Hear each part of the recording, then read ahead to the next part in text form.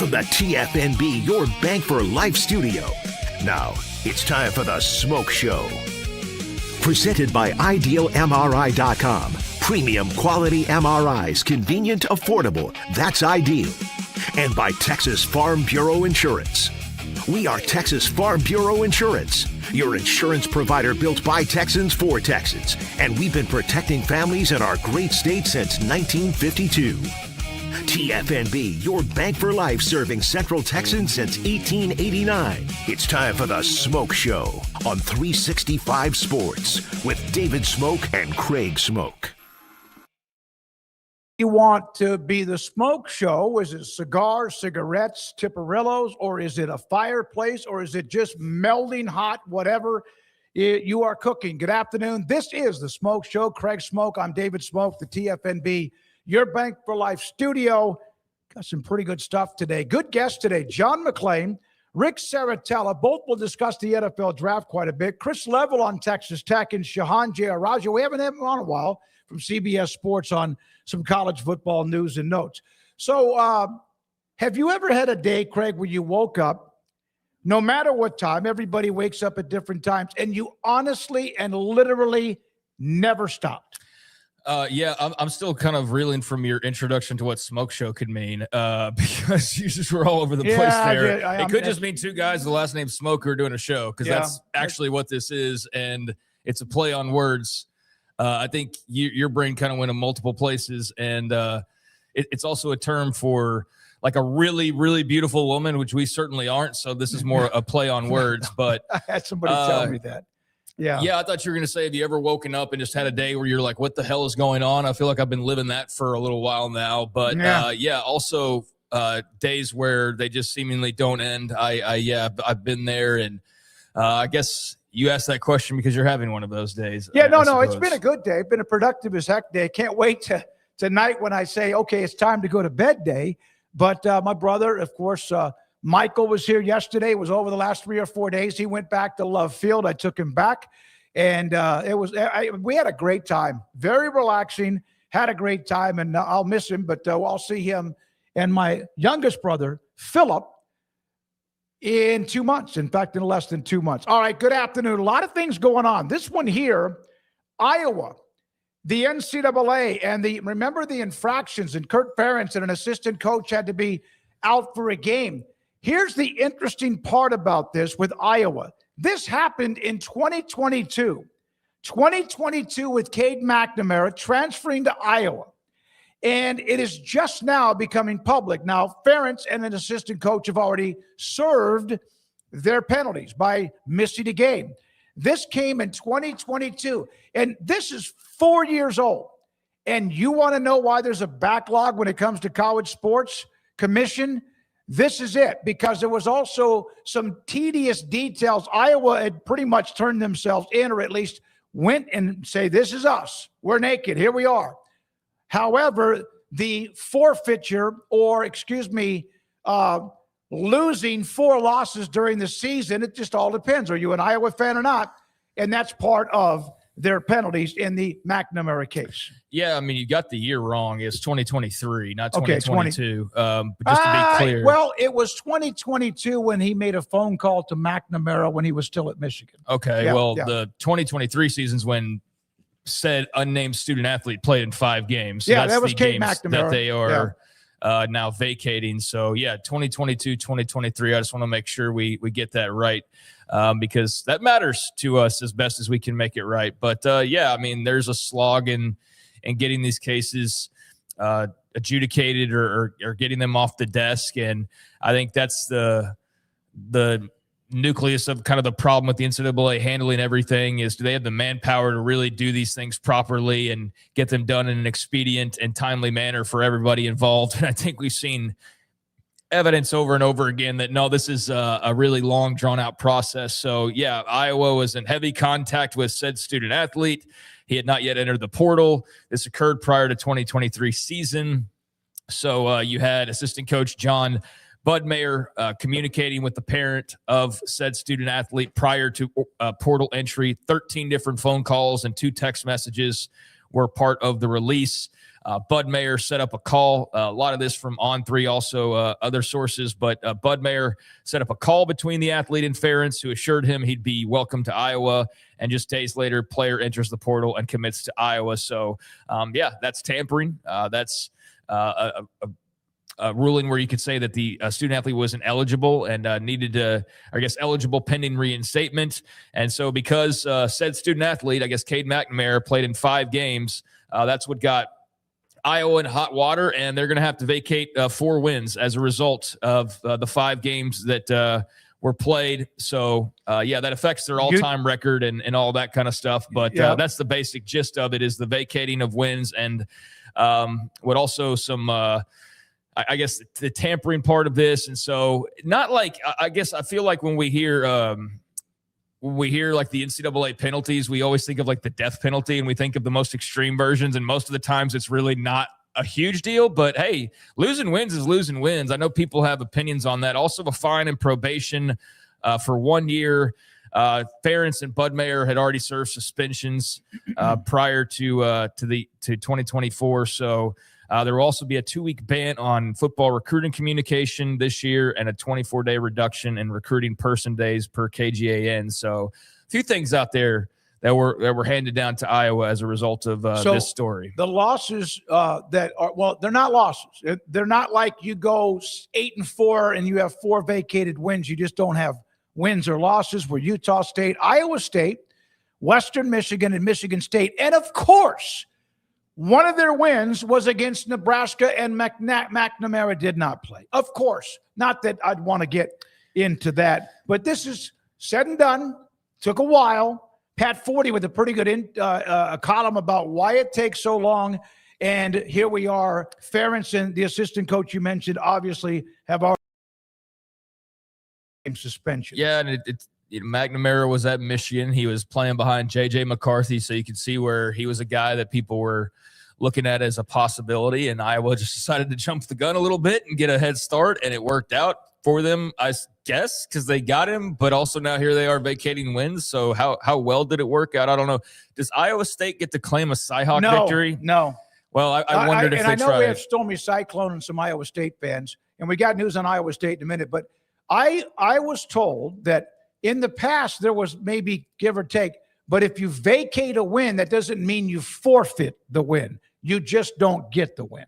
Yeah, that makes sense. I figured that, but I thought I would at least ask. And so Kirk Ferentz was not happy about it. He said, I am disappointed by the NCAA's decision today. Throughout the process, our program has been open and honest about my mistake, contacting a potential player in the hours before it was permissible by NCAA rules. I felt it was important to make amends for the issue, which is why I voluntarily served a 1-game suspension to start the 2023 season. I believe today's decision by the NCAA vacating 4 wins in our 2023 season is overly harsh and inconsistent with the violation. As I tell our team and staff, it's how you respond and move forward that defines you. Our focus is on 2026. It's how we're moving forward. So there we are. Yeah, there you are. And he didn't initially agree. Iowa didn't agree, especially with the vacating of wins. So they kind of pushed back, and that's where we ended up today, where there was this ruling. Iowa has to vacate some wins, but it's good to see like some type of a story getting figured out when it comes to tampering, because I know we feel like that doesn't happen very often, if at all. So good to see that there is some stuff getting done. It's just like, okay, well, can't wait to hear about that. Like if we were to have the LSU tampering with Ole Miss case, I guess if they were actually researching that, they would have an idea for what that would look like in 2031 is when we would hear about that. I guess maybe. By the way, the Iowa was 10-4 that year, but the 4 vacated wins means they end up 6-4. Sometimes when something like that happens, it might drop you below 500 or whatever. No, he doesn't get 4 wins on his all-time win-loss record. Neither does Iowa, and those other games are not wins for those who were beaten by Iowa during that year. From Iowa to Iowa State, this is not good news. Iowa State first-year head coach Jimmy Rogers with an announcement about star safety and transfer Braden Alls. Alls tore his ACL. That's probably the biggest one. Kind of in a routine hit blocking situation. His leg got planted. Outside of that, So there we are. Alls is out for the year, torn ACL. He will not play during 2025-26. Heck of a transfer for Iowa State. The Cyclones will miss him dramatically, and any team would because he's really good. I couldn't hear, at least in my headphones, much of what Jimmy Rogers said, but regardless, I can assume that it was pretty somber tone based on just the magnitude of that. I mean, a guy who was a high-profile transfer get for them was a recruiting win for them in the portal against some other pretty good teams, and I think it just feels right now for Iowa State like they cannot win to save their life. That whatever seems to be kind of going good right now gets knocked off the tracks. In particular, just kind of a lot of angst, I think, and concern for what football is going to look like moving forward. I mean, you got to understand they've been on a nice run and have played for the Big 12 title a couple times, had the greatest coach in their school's history, putting guys in the pros, pumping out really talented players, and being competitive in most every game, and having their way with Cy-Hawk here of late. And just, it's been a great run for Iowa State football. And then here comes the whole Penn State opening, and they're the ones that ultimately get affected by it, not Kalani Sitake leaving BYU or some of the other options that were out there. Instead, it finally boils down to Matt Campbell. And ever since he's left and took like half the team with him, including your star quarterback and a lot of your other best players, then the ones who didn't leave jumped and went elsewhere, basically. And Jimmy Rogers has had to come in there and really try to just patch the roster back together. And then you bring in a really good player like Braden Alls, who you're expecting a lot of, and you can't even get out of spring ball before he tears his ACL. So that sucks, man. He had also been very heavily recruited by Cignetti in Indiana. Mm-hmm. And that was why that felt like such a big win, was that you beat out Indiana for this guy, and given what they're doing, that's pretty impressive. So yeah, no Braden Alls for them. And not much you can do but just kind of turn the page. But that sucks. It's not good news for Iowa State. And I think there's a lot of just concern about what this year looks like, because there's just so many question marks with a new coach, a new era, a new staff, a new roster. Like, there's not really anything you can hang your hat on because all of it's brand new. And that would leave you to be concerned. But then again, it does open the door to maybe the team that we know we're not going to get right in the preseason rankings, because we being everybody don't ever predict these things correctly. There's always a team that we overrate because of what they did the year prior or what they did during the offseason. There's always a team that is better than we expected them to be. Maybe that's Iowa State, but I have to say I don't have a lot of optimism right now that will be the case. No, I don't know. And unfortunately, this guy has 9 interceptions in his last couple of years at Toledo from the MAC. In one of them, he picked his sophomore year, I think it was. He returned it for a touchdown, and so a very tough loss for the Cyclones. And I think the decision now will be, what does he do? Is there a medical red shirt? And then you try to come back next year, since you're going to miss the entire season, and he's an aged senior. He's a true senior, so he's got still the room left to come back if he wants to. I just don't know what that looks like for him and what his other options might be. So maybe we'll still see him in an Iowa State uniform. It's just going to have to wait until 2027. All right. Joey McGuire, Cody Campbell, Texas Tech. Of course, the game with Houston is on a Friday night. They'll be grumpy about it because they don't feel like they want to play a college game on a Friday with high school football. And that's gone. I think we got the initial blowback from Tech fans, and the most vocal and the loudest made the most noise, and those are the ones that you paid attention to because they were out front like, this is BS, and Brett Yormark's the devil, and all these things. But I do think that we'll hear what Joey McGuire has to say, but I think there's been some very rational Tech fans who are like, you guys shut up and just play the damn games. But let's see what Joey McGuire had to say about it. Here's the difference. Now, that's a Friday night against Houston. Yeah. This is Thanksgiving. And they haven't released the kick times because they will do that at some point later on. But TCU and Texas Tech are going to play on Thanksgiving Day. Here's Joey McGuire. You know, you're late in the season. You already know who you are. You're not going to be putting a lot of stuff in, so you can really modify practice and what you're going to do. TCU be the same way. And then if we're where we're supposed to be and where we expect to be, then we're going to get an extra day of recovery for the Big 12 championship that's going to be on that next Friday. So that's going to be really good. That's going to be awesome, though, because, you're going to get the two main NFL games with Detroit playing whoever and Dallas playing whoever, and then the only college game on that day is going to be, us and TCU. And TCU is going to be a really good football team. The last 2 years they've won 9 games each, and so they're going to be a good football. That's going to be a great game, and this place is going to be rocking. I'm excited, and I've had a couple people go, man, it's going to be tough. The family and traveling. I said, just have Thanksgiving. You're just going to have to cook a little bit. You're used to traveling. You're just going to have to cook on Wednesday and have Thanksgiving here at Jones AT&T. All right, let me tell you what I used to do. And Craig, you may remember this. I always seemed to have a high school playoff game on Thanksgiving evening in the postseason.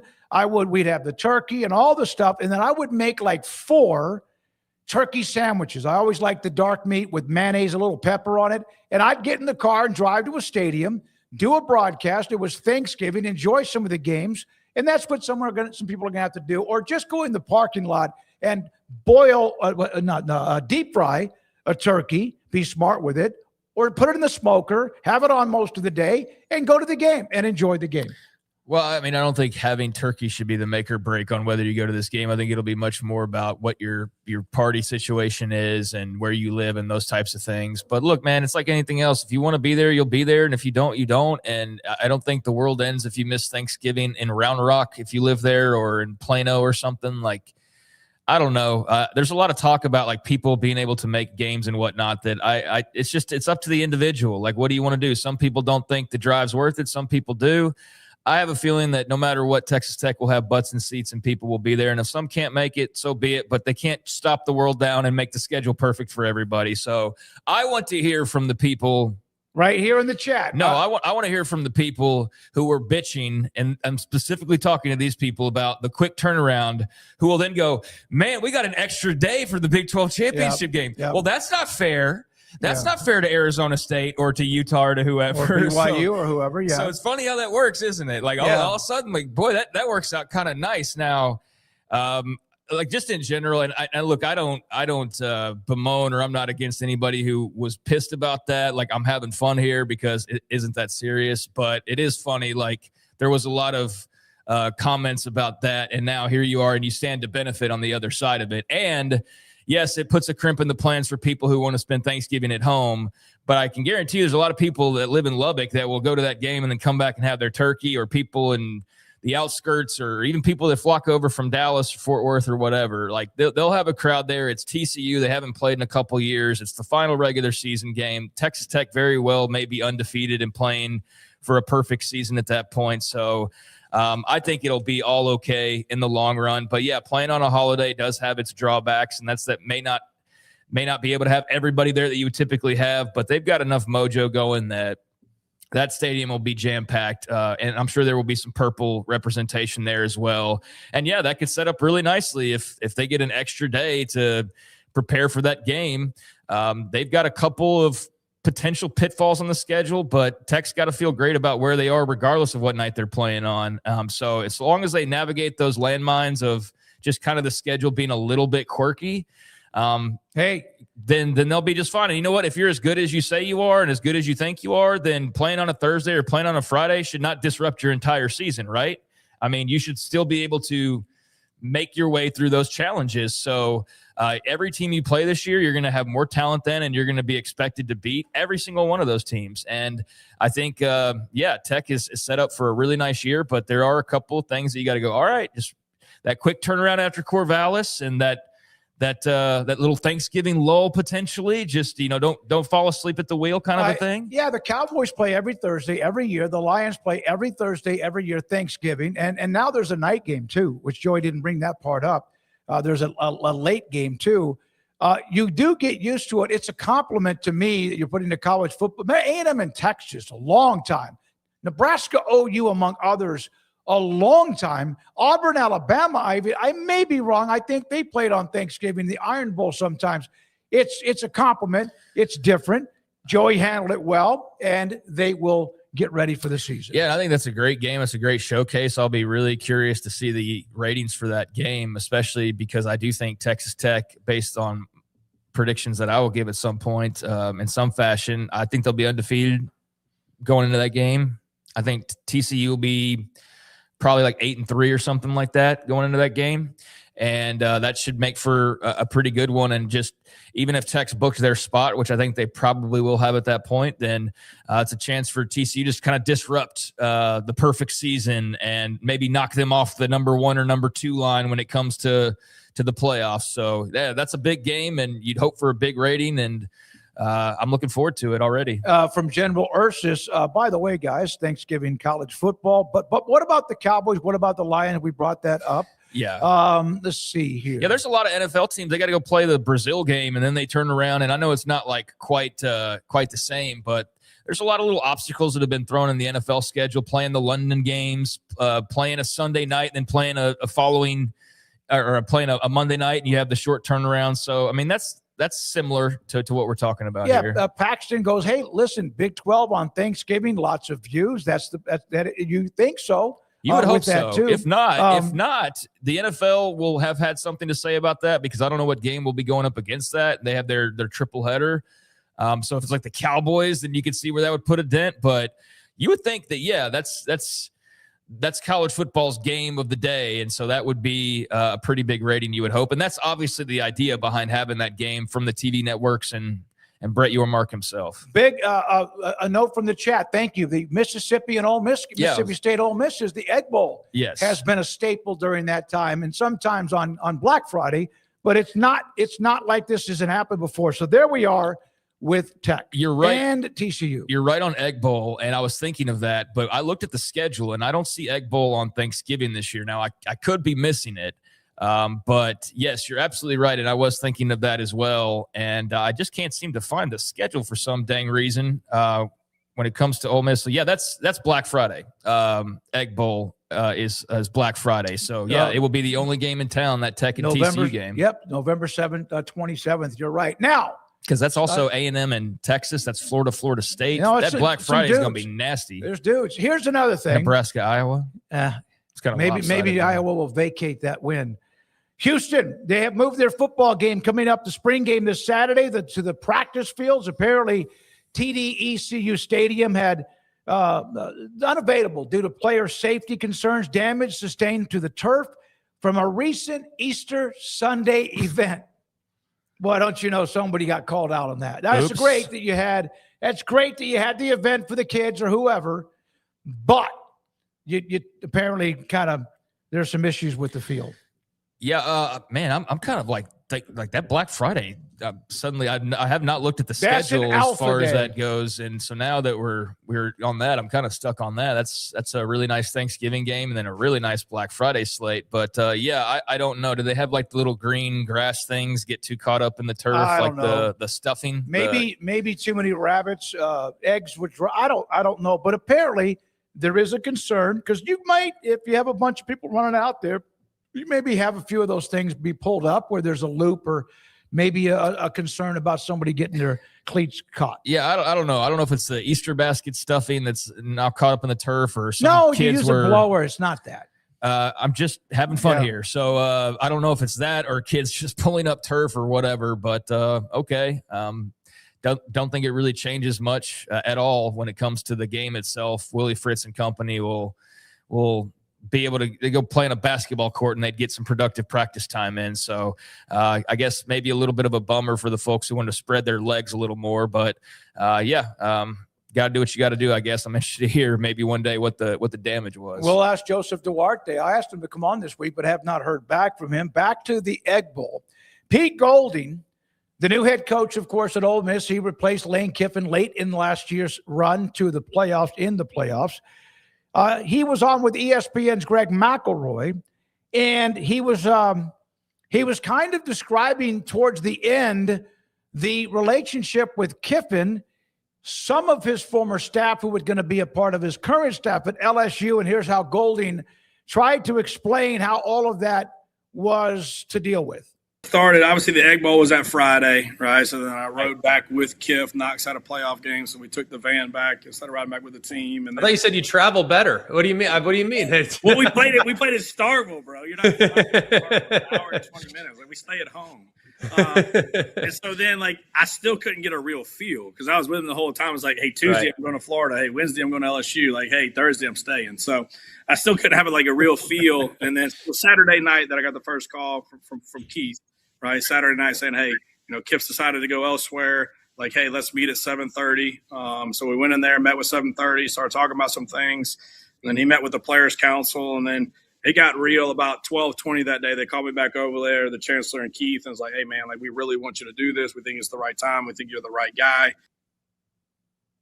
And so there we are with Pete Golding, kind of a little bit of the back. And I always wondered about that. It seemed like they probably stayed in touch, but Golding had to take the reins and go with it. I'm sure there were some text and calls or whatever, and then Kiffin's trying to do what he had to do too. That clip was kind of a tease, wasn't it? I mean, it felt like really abrupt. I thought we were about to get like into the swing of the story, and then it just like that was it.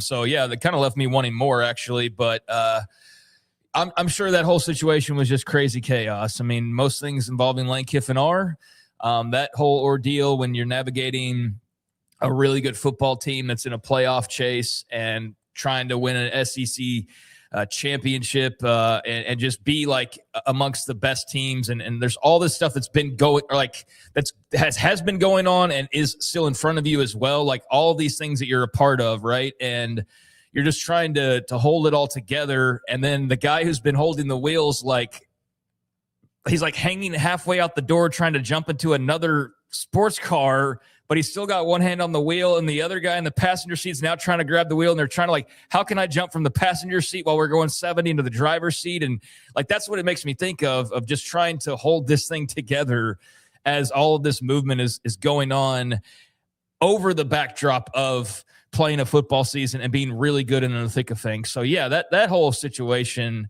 I don't know if that'll be topped for a while. I know that with the coaching carousel, it always like exceeds expectations. It feels like where you're like, oh, it's going to be kind of a quiet year. Wait a day. And then there's 15 jobs open because last year I thought, oh, well, it can't be any crazier than the year before. And then it was like, oh my God, just sit down for a second. You don't even know. And then it was totally nuts. And I expect this year will probably be similar. But yeah, that whole saga of Lane Kiffin and LSU and Ole Miss and Pete Golding and all that was going on there was absolutely wild stuff. And I mean, glad that everybody's on the other side of it. A-okay. Everybody kind of still won, I guess, in the end. I mean, Ole Miss went and won a playoff game and did their thing and got Trinidad Chambliss back and have their guy in Pete Golding, who now has already kind of been, or not kind of, but has been at the helm. So it's not like he's getting ready to coach his first ever game. He's already got his feet wet now, and it's his program. And then Kiffin's obviously been doing all the things that he's been doing, recruiting, taking pictures with co-eds, trolling on Twitter, like the usual stuff. And LSU seems to be happy with that. So, yeah, really interesting programs to walk into 2026 and talk about and wonder about. And I can't wait to see how it works out for both of them. What is Florida going to do under John Sumrall? He's been very successful. Obviously, he had a great run at Tulane. He has been full throttle, emphatic, saying, look, we're at Florida. We have everything we need. They're rebuilding or renovating part of the stadium, the Swamp. And he said, there is no reason we cannot win in Gainesville.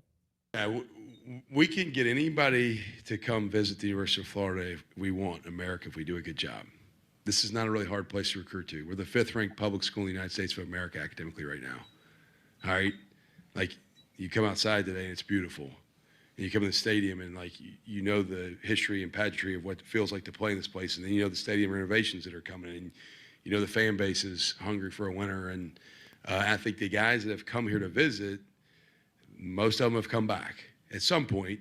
Whether they've chosen us or not, I think they feel the energy's real and there's authentic relationships and they're going to get coached every day. And we're not going to change. Like I tell recruits all the time, if you like us now, you're going to love us later. If you don't like me now, go somewhere else because I'm not changing. But like what you see is what you get. And if you want to improve on your craft every day, man, it's going to be a blast. If you're tough and you love football, it's going to be a blast. If you're soft and you like football, don't come here. Summerall, 23-4 at Troy, 20-8 at Tulane, 11-3 last year, and now the head coach in Gainesville.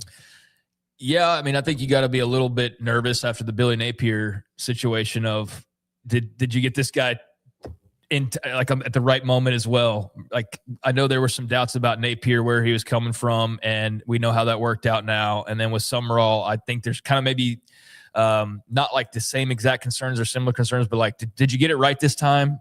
And you better hope for Florida's sake that they did. Like, they're a program that's never going to fall off the map entirely, but they have been kind of struggle-lugging along now that you're like, man, you're sort of getting lost in the woods here, Florida. And so you hope this one really works out for them.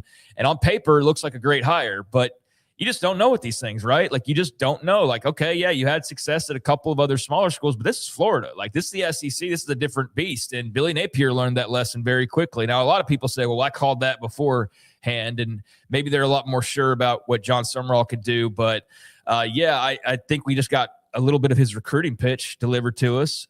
We didn't get the NIL piece of it, but we got the academics and the competition and the tradition and history and all those things. And it's a great job. It's always going to be a great job, unless they just had a complete administration A-bomb dropped in their lap where somehow, some way, like the school fell apart, but that's not going to happen. So yeah, I mean, barring something unforeseen like that, I mean, it's still one of the best jobs in America, and I think it's one of the best programs in America, and I think it's just been a little while since we've seen that from them. But with the right head coach, anything's possible, and if John Summerall's the right guy, then I think we'll be talking about those Gators chomping up a lot of teams in the SEC sooner rather than later. But I don't know where I am on the first year. What it looks like. I think he's gonna be good. Okay. I do. I think, the SEC, we heard what Chris Lowe said yesterday with us. He's talking about the league was actually top heavy. Now it's maybe deeper, but how many are actually on the top heavy part where you just, we're not going to beat Georgia. We're not going to beat Alabama. Here comes Texas, whatever else. But I think it's a good time to kind of be a part of it. I don't know if that means they're going to be 8-9 wins, but I do think Summerall at Florida, I think he's a really good football coach. He comes from a group of 6 or 5, whatever you want to call it, just like Napier did. I think he's going to do really well. I like not just the fact he can get up there, it's coach speak, whatever. I like his message. I mean, the guy's a winner. He hasn't coached for a really long time, but for as long as he has been coaching, I mean, his teams have always been winning football teams, and in a handful of examples, a double-digit win football team. So he's got a great rate of winning big. And, if you're a Gators fan, you just hope that translates. And if it does, then it'll be refreshing and fun to have Florida back in the mix of schools, because if you really think about it, I mean, we have been talking about Alabama for 25 years, and we've talked about Georgia now for like 10 plus, and we've talked about LSU for a really long time now, and Texas and A&M, but Florida's just kind of been there. And there was a time when Florida was the school in the SEC and the school in the entire country. And it's kind of long ago now, but not so long ago that you're like, well, that was a different era. That's like Yale winning national champions. Like, no. Like that's entirely possible. They just got to have the right mix. But is that right now with John Summerall? If he carries over what he did at Troy and Tulane, then it's going to be fun to see Florida very much in the mix and tangling with those teams I just mentioned. Willie Fritz was at Tulane. We've seen what he's done at Houston or everywhere. And now with Summerall. A couple of business notes in college sports. We do have Rick Saratella will join us, allaccessfootball.com, on the draft. Learfield. When you hear about broadcast of college sports, there's been Learfield. There's one time it was IMG. There's Playfly. These are the ones. This is a company that controls the broadcast and a lot of the marketing. The radio flagship broadcast of college athletics. Learfield is finalizing a deal with a private equity firm called TPG. Now, Learfield was a part of a group that had a private equity, but that's a story. This is from Ben Portnoy. He had that up late yesterday evening. And so here is a twist of what Learfield's going to do, what the firm TPG will do to try to infuse a little more oomph. So this is not my wheelhouse. I'll leave it to the PE guys out there that know all this exactly. But yeah, there was a lot of, I saw pushback initially, and I always I'll see the story, I'll look at what people are saying, and then I'll go do my own research, right, to see if it's all on the up and up. Yep. And so I was doing my own research and come to find out pretty quickly that a lot of the, oh my God, private equity ruins everything, those people did not take into account that this already was private equity. Yes. It was already private equity. So that doesn't change. It's not like it was some mom and pop shop and then, they're giving into private equity. It's like, no, they were already private equity. They're just being absorbed into different private equity. So that's actually doesn't change, as best I could tell, anything from that standpoint. This isn't another loss to private equity. But yeah, I think Learfield, best I could tell, owed a lot of money. And so this is a way for them to be taken over and have some cash infusion and be able to pay their bills and to improve it and streamline it, which I'm sure there will be a lot of firings because that's typically what happens after private equity takes over. So my heart goes out to the Learfield people who are probably nervous today after this news. But yeah, TPG will go in there and carve everything down. I've just noticed from when I've seen some of my favorite things get taken over, what private equity does, they come in, they carve out all of it. They fire as many people as possible. They reduce as many expenses as possible. Then, especially if they get popular enough, charge out the wazoo. And then they go, look at how much money we're making. Well, you raised ticket prices and you fired half your staff, but we're making money. That's all that that's all that matters is making money. So I don't know if it'll be this simplistic, but again, it's private equity to private equity, and TPG will try to kind of, I guess, improve Learfield's business standing. As far as what it means, overall, I don't know. It sounds like TPG is we're just going to blanket all of college sports and have everybody under our umbrella, and I don't think it's going to be that simple. But I'm also not deep enough into the media rights game to know what this looks like. It does appear, because of all the contracts that Learfield has with so many places and schools, that you would kind of absorb that. But then I think that leads to maybe the Texas A&Ms of the world. I know they have their deal was Learfield, right? The exclusive thing that A&M signed. Remember? Now it's Playfly. Yeah. Okay. It's Playfly. So I think it's going to lead to more of that kind of thing. Yeah. What do you think about well, Baylor was IMG, and I don't know if it went to Learfield. It's everyone. It's like Adidas, Nike, etc.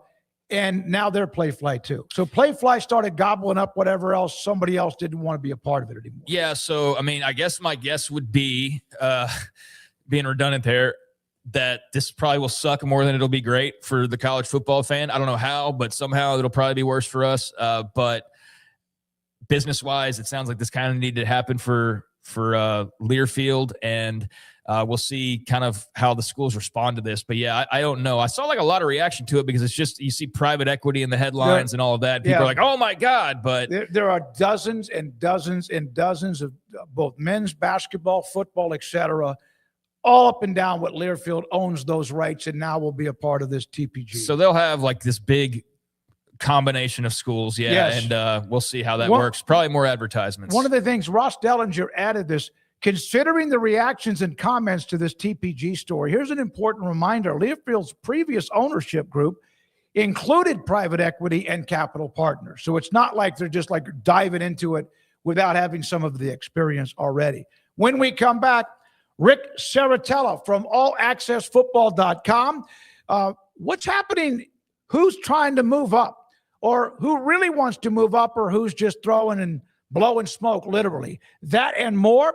I'm David Smoke with Craig Smoke. We do appreciate your time. S. Michael DeHart said we should also use where there's smoke, there's fire.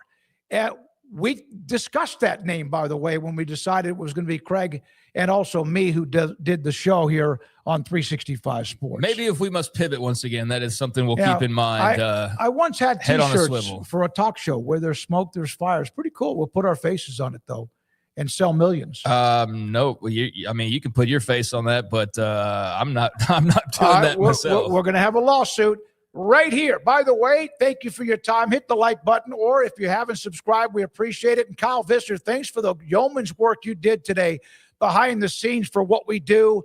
This is 365 Sports. I was today in Dallas. I took my brother to Love Field, and before I went there, I went by QC Kinetics and saw Shane Fry owner of the one on 75 and other of the QC Kinetic locations. A lot of them, of course, I've mentioned them, the one I go to in Dallas, and also locations in Houston. Went by there, got to meet him. He's the one that, well, when I first met, it was Meredith, and then it was the those who give you treatment. I got to know Diana Richardson in Charlotte with Impact Marketing and what she did to get us talking, but not until I figured out exactly what QC Kinetics does. You hear about it. How often have you had injections, steroid injections, your elbows, your knees, your back, your shoulder, whatever, and it might work until it all wears off, and it's not very long later you feel the same. QC Kinetics is healing me and others. And when I say healing, that means, well, is it healed? No, I feel incredibly good. Got up really early this morning because I had to drive to Dallas and had a really good workout. Some of what I could not do at all because of my hip and the ache or the tug or the pain. QC Kinetics takes your natural biologics inside your body and then spin the blood, platelets, plasma, stem cells, and then put it back inside your body, you healing you, and that's what they do, and it's working, and it has worked for me. I've mentioned this before. Nearly 5 years of not even been able to jog 5 steps before I shut it down. Now, 9 different times I've run a mile. Very methodical. Not going too fast. QC Kinetics can help heal you. Those are the numbers, 972-972-8610 in Dallas, 713-913-5285. Thanks to Sandra and others who are putting together a social media campaign for what QC Kinetics has done for me, and let's let them do that for you at QCkinetics.com. For 72 months, cash in on $11,000 off a new Ram 2500 Lone Star Crew Cab, or choose 0% for 36 months, plus no payments for 90 days. Feel secure with America's best full-size truck powertrain 10-year, 100,000-mile limited warranty at Allen Samuels. Come by, let's be friends.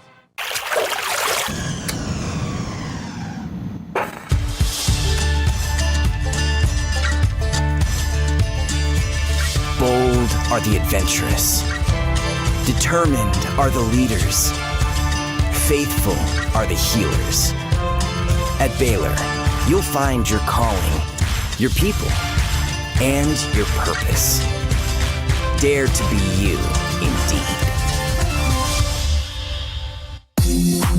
It's time to compete against yourself, finding too many excuses not to work out combined with bad eating habits, and Waco Regional Tennis and Fitness can help reach inside your competitive soul. Discipline, getting results you've only dreamed about, personal training, group exercise classes, and even a tanning bed, world-class tennis facility, and pickleball courts and lessons available. Waco Regional Tennis and Fitness, spacious, clean workout rooms, free weights, state-of-the-art technology, weight training equipment, and no intimidation. It's time for you to react today, not tomorrow, at Waco Regional Tennis and Fitness on Lakeshore Drive in Waco.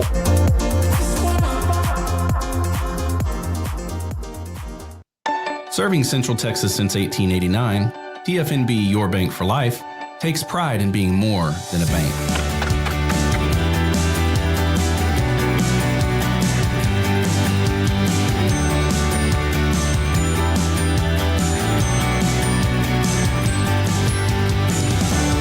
TFNB, we remain committed to these principles. If you value them too, come join us. TFNB, your bank for life.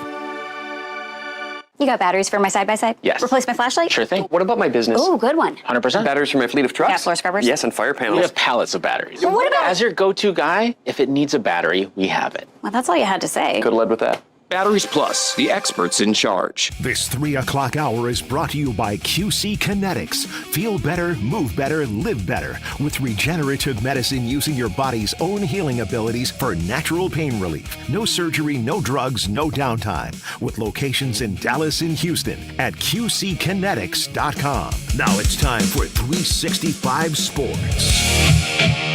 This is the Smoke Show with Craig and David. Thank you for your time. And Rick Serratello, the founder of AllAccessFootball.com, joins us. Rick doesn't know this, but he's agreed to join us every day up until the first round of the draft on that Thursday next week, Friday as well, the Monday following.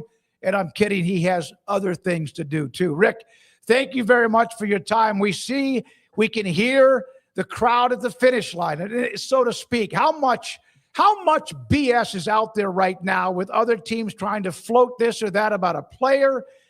Or is that something that's maybe not as much as I think? Yeah, you got to be careful with what NFL teams tell you this time of year. And, we just saw a hit piece on Ruben Bain come out a couple days ago, right? You think that was an NFL team not picking inside the top 10? So, be careful, tread water lightly. I try to go in, we're 9 days away from the draft. I try to go into this with blinders on because I think it's more smoke than substance.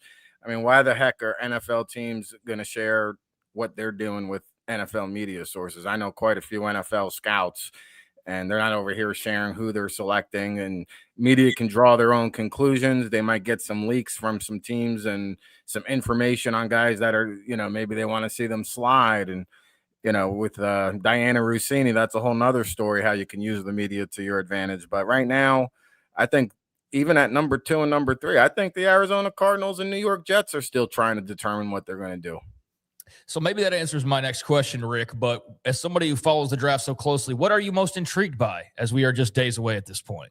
Well, I'm intrigued by the fact that we don't have a lot of franchise quarterbacks. We don't have a lot of blue chip players. Usually in a good draft, I might say 18 to 22 first rounders on an average year, maybe 16 first round guys. I see maybe 10 true first round talents in this draft. So I think once you get outside that top 10, guys 11 through 50 are very evenly stacked. It's going to come down to scheme, fit, and different draft boards. I think a lot of teams will want to trade down, but it takes 2 to tango.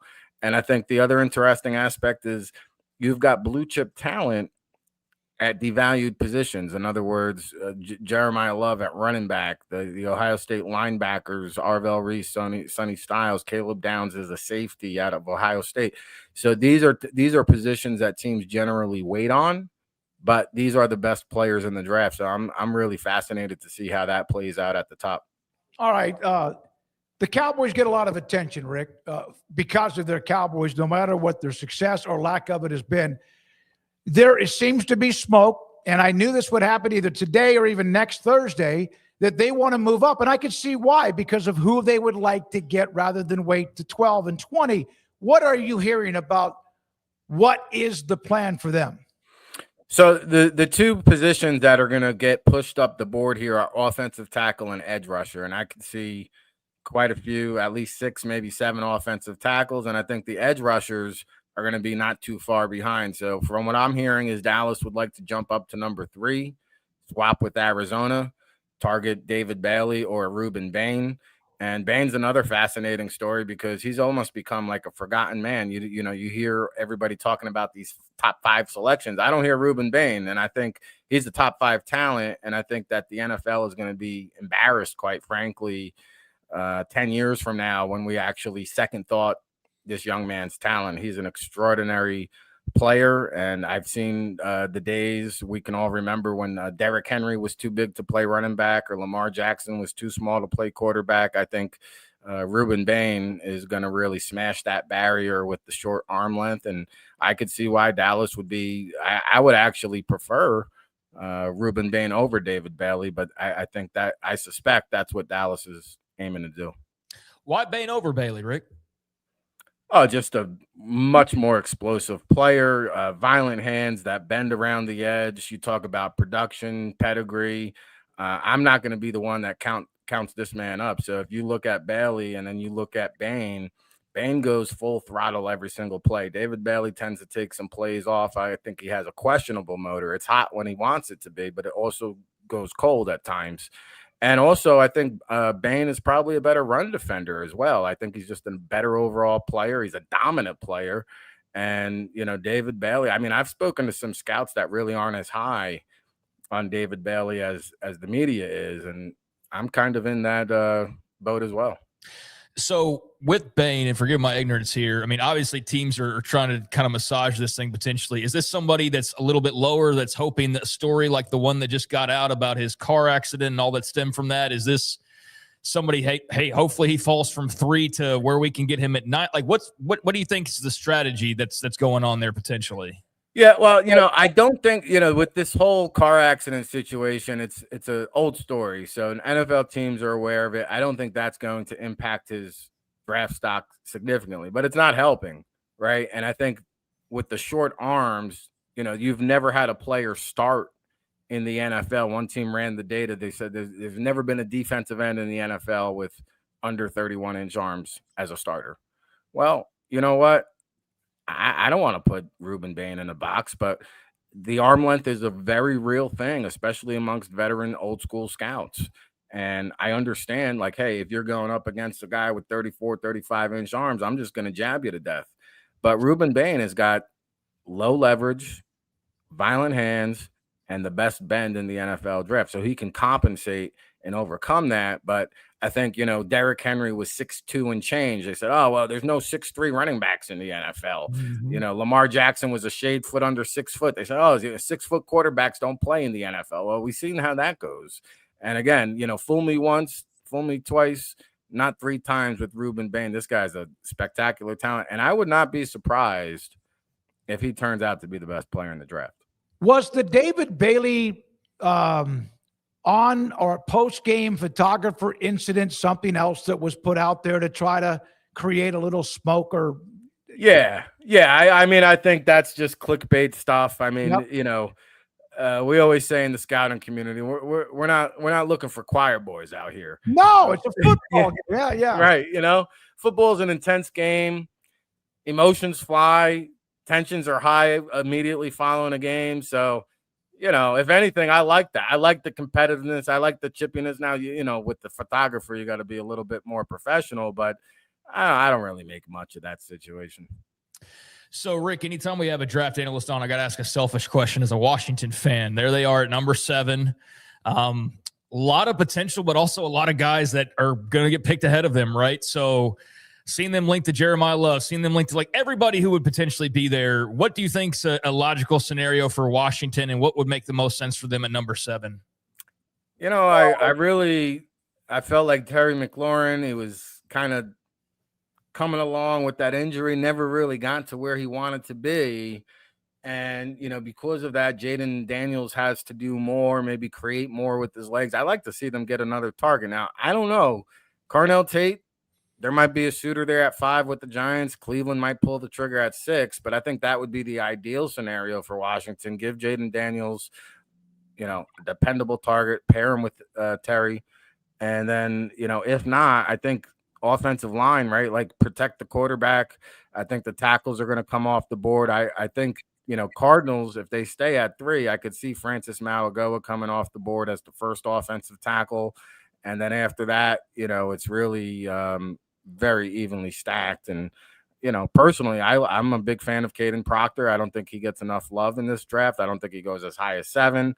But you could see, some of these Utah guys get pushed up the board. I mean, you talk about their athleticism and their upside. Their best football is still to come. Monroe Freeling could be a dark horse candidate. And a lot of scouts are divided about the Georgia offensive tackle. He's a 20-year-old young prospect, one of the youngest players in the draft. And you take his best 20 reps and he's an all-pro. You take his 20 worst reps, he's a day 3 guy. So you got to bet on the upside with the Monroe Freeling. And I think some team inside the top 10 just might do that. Rick, is there an FCS gem? There's always somebody. And I know you and I go back when it was what was it, Eric Swan, that kind of popped the bubble, and he turned out to be pretty good. Is there anyone like that, or is that impossible now to be someone no one really knows much about because of so much media coverage? Well, it's definitely a lot less likely to occur. I think we had 6 players from the FCS get drafted last year, which was one of the all-time lows. And it's just the nature of the beast with the current NIL and the way that's structured. I mean, FCS just can't afford to keep these guys. But I take a look at a Bryce Lance from North Dakota State, the wide receiver there. Obviously, NFL bloodlines, his brother Trey Lance, and he's a big body and got size, 6'3", 200 pounds, 4.34, 40-yard dash. Unbelievably productive at North Dakota State. Sabakowicz, I think I'm butchering his name, from Illinois State. Daniel Sabakowicz, is another FCS wide receiver. This kid, Eric Hunter, who's actually an HBCU/FCS prospect, and he's been getting a lot of 30 visits here late. He ran a 4.4 40-yard dash at the linebacker position. And then I'm a big fan. I'm here in New Jersey. I had a chance to scout Derek Robinson out of Monmouth. Maybe a late round roll of the dice start throw at quarterback. So those are just, a couple FCS guys I would keep in mind there. Cole Wisniewski transferred up from North Dakota State. He finished at Texas Tech. He was a combine snub. He's another guy to just keep an eye on there in that mix. You ever seen so many Texas Tech guys in your life preparing for a draft? Baby? Oh man. And I'm a fan. Like Lee Hunter right now is number 13 on my big board, and it's questionable whether or not he's going to go in the first round. People are questioning whether he can get after the quarterback, calling him a 2-down player. But if you look at that athleticism and agility, I think he's flashed some pass rush potential, and he'll get there. He'll develop and he'll emerge and he'll become a 3-down player. And then Jacob Rodriguez, I don't know if there's a individual in the nation higher on Jacob Rodriguez than myself. This guy's an electrifying talent, turnover machine. I know he's working with Peanut Tillman, and he's already perfected that peanut punch before meeting Peanut Tillman. Now he said he's picking up some additional secrets. I can only imagine, people want to question his hip stiffness. People want to say his time speed isn't that great. Jacob Rodriguez, all he does is make plays. Like, this guy's unbelievable. And then Romello Height, I thought he was a little bit more finesse. Then he came to the Senior Bowl, bulked up. He was flashing this bull rush move. He showed some power. I think all three of these guys are going to get drafted much higher. And Baron Morton, the quarterback there, I mean, this guy's probably going to play and hang out in the NFL for a decade holding a clipboard, and that's okay because he's a competent quarterback, can work the short to intermediate parts of the field. And then they got a slew of wide receivers. They got a pair of tight ends. I mean, that Cody Campbell money's running deep. Yes, it is. Yes, it is. So when you look at prospects now, we've talked to other guys who have said, like, they're just so much more ready, like financially and mentally. Do you see guys, because they've hung around longer, are they better, more polished prospects as well? Does that come across the last couple of years more than it did in the past? Yeah, it's been a catch-22, this NIL. It used to be players were fighting to come out early and collect the paycheck. Now they want to stay in school and collect the extra payday, right? So you see all these guys, Trinidad Chambliss, Chandler Morris, they're all suing the NCAA for eligibility and trying to collect that extra payday. But I think as a result, what you're getting is more experienced players, more polished and ready players, right? And still, you still have the elite underclassmen who declare. So I think it's made things a little bit more complicated and frustrating in terms of trying, like, this was the final year, I believe, trying to keep up with the COVID eligibility. And so we still have some of those guys lingering around this year. And they tightened up the transfer portal rules, because usually last year at this time, I was like a chicken with its head cut off trying to keep track of who transferred where and who's here, who's there. You go into a school in spring ball practice and they say, hey, we don't know nothing about the kid. He just got here. Sorry. But I do believe, to answer your question, you're seeing much more polished products come in and enter the league. And, it's not necessarily a bad thing. All right, Rick, great stuff. On one more note on the follow with David Bailey, he is explosive. He had a spectacular year, a lot of hype too, but he filled it for the most part. Is the taking the play off something that it's not that he doesn't have a full throttle tank? What does that mean to a personnel person, someone like you that has that kind of information? Well, I think it's a personal preference, but just me, like I like guys that get after it. I like a tenacious demeanor. I look at a guy, I'm doing the 2027 big board. There's a defensive end in Oregon, Ugalele, right? Yep. And so this guy, there's nothing spectacular about his game. He doesn't have a phenomenal pass rush arsenal. He's not extremely athletic. He doesn't have the fastest get off, but he's just relentless. I mean, this guy's a tiger in the jungle. He never gives up. And you see, like, Alex Highsmith out of Charlotte, I remember scouting him. He's another guy that wasn't outstanding in one particular area, but this guy, when you turned around, he just had double-digit sacks because he never gave up, relentless pursuit. And that's what you want to see, play in and play out. I mean, you can't afford to take downs off in the National Football League. You got to earn your pay every single rep. Have you ever spoken with a guy that turns in the card, a GM, personnel person, all that stuff, that when they put there's always probably angst or anxiety that they take a pick and they go, damn it. Like they immediately know that perhaps for whatever reason they made the wrong pick. Does that happen a lot? No, I think everybody's feeling giddy, right? When they make the pick, everybody feels like it's a good pick. I think the only time where that might come into question is when there's some injury concern. And I think of a guy like Jordan Tyson, who the Philadelphia Eagles have been rumored up to possibly trade up for Jordan Tyson, maybe foreshadowing to an A.J. Brown deal. But you take a player like Jordan Tyson, half of me is excited as hell. The other half of me is holding my breath because this guy can't get through a single season without being hurt. I mean, you go back to his junior year of high school, every single season this guy's had an injury. So I'd probably hold my breath, but depending on where I take him, I'd also be excited too. Go to allaccessfootball.com. Rick Saratella with us, our guest. Rick, thank you very much. Enjoy these next few days, and hopefully maybe we get a kind of an overview summary after it's over, if you don't mind. Yeah, no, I'd love to come on next week. I love coming on with you guys. Yeah. I know I got caught up the last couple of weeks because I was so busy. There it is. Bad boy together. The Draft Bible. So send me your address. Text me the address. This thing, we got 567 scouting reports in this bad boy. It's just nothing but gospel. I'll send you guys a hard copy. I just picked them up from the publisher today. Nothing but info, nothing fancy about it. But if you want to be the most prepared person in the room, you go get yourself a Draft Bible. I'll send you guys a copy. I will text you our address, and I'll also get back in touch with you for next week, midweek, right before the draft. Rick Saratella with us, allaccessfootball.com. And you can also subscribe online, and it's very, very worth your while. Yeah, and there's, man, like Texas Tech's obviously a part of the I guess the narrative this year in a major way because of all the prospects that they have. I was trying to find the right way to say it. Like they're a major out front part of the story with all the numbers of players available. But man, there's just so much to it, man. I always feel like we miss out on like, oh, should I ask them about this person or that team or whatever. It's like, oh man, we haven't talked much about Texas guys, or we haven't talked much about Oklahoma or Oklahoma State or whatever. And yeah, it's just hard to wrap your head around all of it because there's so many players and teams involved. But I do love that we got what we got, and Rick was great. And I'm just thankful that we're almost there, guys. We're almost there. I think the draft is about a week too late. I think this week would have been great for it, but it is what it is. So I'm looking forward to finally being able to sit down for that first round on Thursday night. And is it Thursday or Friday? Thursday, Friday, Thursday, Saturday, Friday. next week, Okay. Thursday night, and then also probably Friday night as well, and watch all that. I watch every pick for the most part. I know that's one of our poll questions today.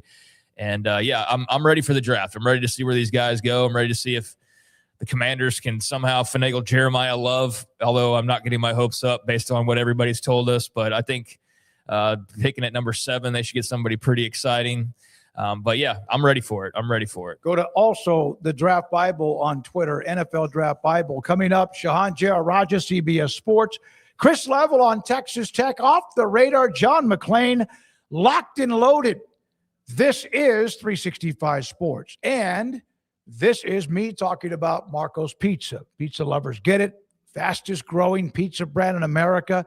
And Bob Mock owns 5 locations in the Waco area, but there are Marco's Pizzas throughout the country, one near you. And you can go online, marcos.com, and order what you want. I don't even have to put the website in front of me. Don't have to put it up on the laptop. There will be 2, 3, 4 different specials. One will be something where it's all pepperoni or all Italian sausage, or something magnifico or magnifico. And on top of that, there will be something that's kind of maybe a medium one-topping pizza special, or the nice lower than normal price. There will be something that has something that's got your sweet tooth looking at it, or your brain. That's on there too. And then some other special of a combination of one pizza or the other. That's what they do. Call them on the way home, or call them before you leave, or go online before you leave work. Pick it up, or they will deliver it to where you're going to be to watch during the NFL draft those next 3 days, Thursday, Friday, and Saturday. Marco's Pizza, marcos.com. Pizza lovers get it. It's in the major leagues for 24 years. And let me tell you, I can feel it in my joints. Shoulders, elbows, and knees. Trust me, pain doesn't retire when you do. I tried everything to get rid of the pain. Nothing worked until QC Kinetics. Baseball legend Roger Clemens and other patients are getting lasting relief with QC Kinetics regenerative treatments. No surgery. I trust QC Kinetics. You should too. Let's commit to getting rid of all the pain. Schedule your free consultation today. QC Kinetics. Better starts here. With over 25 years of excellence in IT, Carrion Solutions is your trusted technology partner. From managed IT services to cutting-edge cybersecurity, our expert team delivers tailored solutions that drive success. Our portfolio includes products such as Veeam, Bitdefender, Microsoft, Cisco, and Fortinet. Call David Carrion and his team of experts. Call 888-522-2221 or visit us at carrionsolutions.com. Established in 2007 and independently owned, Alliance Bank Central Texas is committed to helping families and businesses meet their financial goals. From their tellers to their board of directors, they know the importance of superior service and competitive products. Customers have confidence knowing that their financial needs are in good hands. It's your bank, Alliance Bank Central Texas, with 2 Waco locations, 4721 Bosque Boulevard and 191 Archway Drive on Highway 84, and at alliancebanktexas.com. Member FDIC and equal housing lender. Hello, I'm Camille Johnson with Camille Johnson Realtors. We specialize in selling residential real estate agent all across our community, and we love serving all types of families. We have been in business at Camille Johnson Realtors for almost 9 years, and I have been a residential real estate agent for almost 40 years. And we love our partnership with 365. So thank you for partnering with me, and thank you so much to all of my clients who have made our company a success. Join the celebration. It's 27 years for Richard Car Motors, and we're celebrating with big anniversary savings. The GMC Sierra delivers strength, power, and a refined interior loaded with premium comfort and technology. During Richard Car's 27th anniversary sale, find savings like $9,000 off all Sierra 1500 Pro and SLE models in stock. Thank you, Central Texas, for 27 years. Log on, call, or come by today to find big anniversary savings now. Richard Car, they have the truck for you. Pepperoni Magnifico. Pepperoni Magnifico. Marco's Pepperoni Magnifico. Classic and crispy cut pepperoni, 3 melty cheeses, all on our fresh made dough. And starting at just $12.99 for a large, it's no wonder Marco's was named America's favorite pizza chain. This 4 o'clock hour is brought to you by Stonewood Dental, your one-stop shop for your dental needs, specializing in teeth cleaning, fillings, crowns, sealants, root canals, IV sedation, extractions, implants, bridges, dentures, full mouth restorations, and bioaesthetic dentistry. Our priority is your comfort from the moment you walk through the front door. Stonewood Dental in Robinson, Texas. Now it's time for 365 Sports. Here we go, this 4 o'clock hour. Shahan Jeyarajah with us. Shahan Jeyarajah was every week pretty much during the college football season. We gave him a break from us. He needed it. And he joins us, Greg Smoke and David Smoke on 365 Sports. Shahan, how you been? What have you been doing? How have you kept up with the spring football and maybe a little bit of decompression? Yeah, trying to take a little bit of a deep breath, trying to obviously get my head above water after a really hectic, crazy season. But it's been a good one. I think that it's been a lot of fun finally having some spring football back, and I'm looking forward to really getting started. Shahan, I saw that you've done a lot of different things, but I saw you did it. I was reading an over-under article on Big 12 wins. I can't remember how long ago you did that or not, but I was reading it the other night, and I was just curious because I was kind of doing a similar exercise myself, and I'm do this for every conference, but what was the hardest one to peg down for you? Is it like Colorado at 3 wins? Is it Texas Tech going undefeated? Is it somebody in the middle? Like, where did you find yourself having the hardest time going, oh, man, I don't quite know here? Yeah, it's an interesting question. I think that it really is those middle class of teams. I mean, frankly, I think that with the Texas Tech, the BYU, maybe the Utah, just because of schedule, I think that trying to find those teams that'll go 10 plus it's not that difficult. And I think that trying to find those teams on the very bottom end, you mentioned obviously the Colorados. We'll see about where UCF is at. Teams like that, West Virginia maybe. Like those aren't especially difficult either. It's those teams in the middle that are hovering right around bowl eligibility. Maybe Baylor will be one of those teams. I think that Kansas State is a really interesting team, similar to Kansas, right? Obviously a lot of changes at both of those programs. Kansas replacing Jalen Daniels, and we don't really know what they've got. And Kansas State with a new head coach and Colin Klein and replacing a whole lot on the defensive side of the ball. So those were some of the tougher programs. I think those ones in the middle where, you see the pathway to them being 7-8 win teams. You also see the pathway to them totally bottoming out and being in that 3 to 4 win range. And I think that makes them really hard to place. So is 4 at the top you feel comfortable, like maybe with a separation? 4 at the bottom you somewhat feel comfortable because maybe not very. And then there's this big old thing of 8, like a big belly in the middle. Is that what it's like? Yeah, definitely. Now, I will say, I think that Texas Tech and BYU at this moment are sort of a top 2 at the top that maybe are above everybody else. But I think that even when you start to go down to 3 and 4, there is that separation between them and the rest of the pack. And look, I do think that more than even in the past couple of years, that I think that there are teams that have the potential to be in that bottom group and teams that have the potential to be in that top group. I think that the margins and edges are a little different, but again, with the level of turnover this year, it's harder to predict who those teams are. I think that when you went into last year, one of the things you had to feel good about was there was a lot of consistency in the coaching ranks and a lot of consistency in the quarterback ranks. That's not the case this year. A lot of mainstays are gone. Matt Campbell, Chris Kleiman, of course, among them. And you have a lot of new quarterbacks. I think it's 10 out of the 16 teams have new quarterbacks in their system. So it's going to be, I think, a very new look Big 12 in a lot of ways. And that's what makes that middle glut so hard to figure out. So you wrote about Colorado here in the last day your story came out, and that's a team I've looked at a lot, and I know their fan base is very polarizing and even divisive. What are your – man, I am not high on them. I don't see it. I mean, I see where Brennan Marion and Julian Lewis can be like a magical pairing, but I don't love the DC promoted by happenstance. That wasn't planned. I don't know, man. I'm just not in on Colorado right now. Where do you find yourself? And if you find yourself in on Colorado, what reasons why? Yeah, this is a little bit of a weird team, right? I mean, and I said this heading into last year, the unusual thing about Colorado is that they're going to be a normal football team in structure for the first time under Deion Sanders. And we kind of saw how that went, right? Obviously they're a 3-9 team. They're 1-8 in conference play for the second time in 3 years.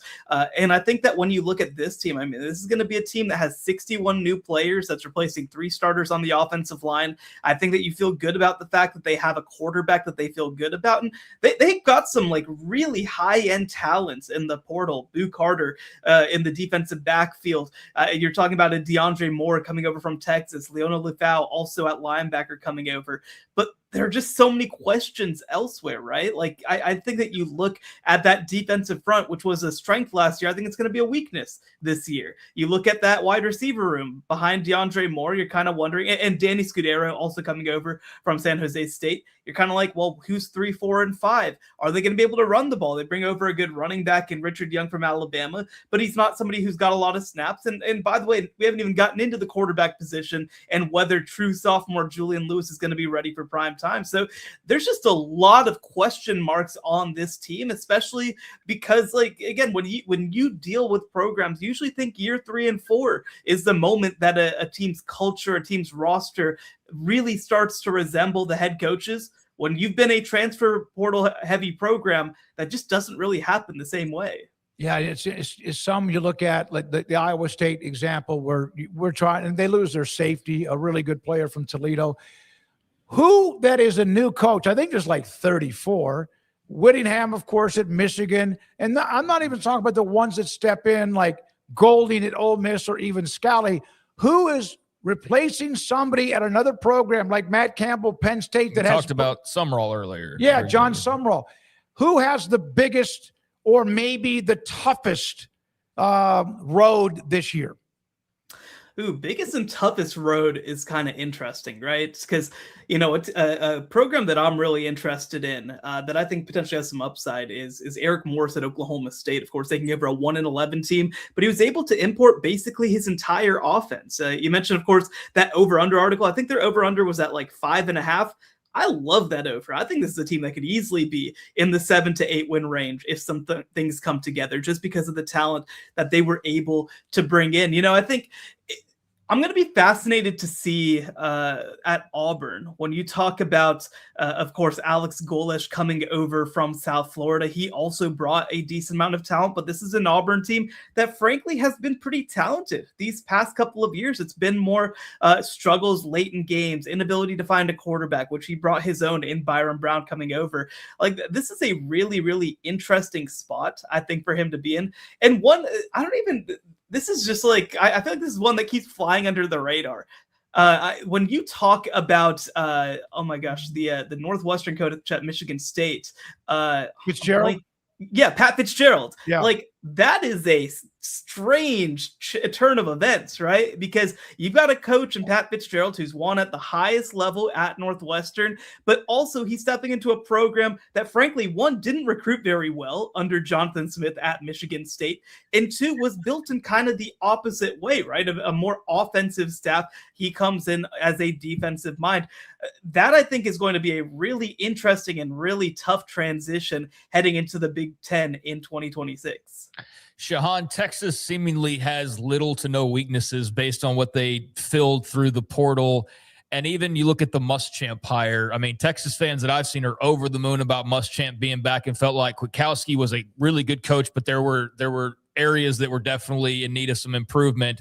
Where do you kind of stand on the Muschamp factor heading into this season for Texas? I'm really curious, right? Because look, if you go back the past 10, 15, 20 years, like, he is one of the best defensive coordinators in all of college football. But by the way, he hasn't been a full-time play calling defensive coordinator in about a decade at this point, right? This is a different kind of challenge. He's stepping into a roster that has expectations to win right away. And the biggest thing, and I say this is both the pro and con, is that I think that Steve Sarkisian sees him as somebody who can come in and really help establish a new identity on defense. One of the criticisms was that they felt like in the defensive backfield, they were very much content to let the game happen in front of them and not give up big plays.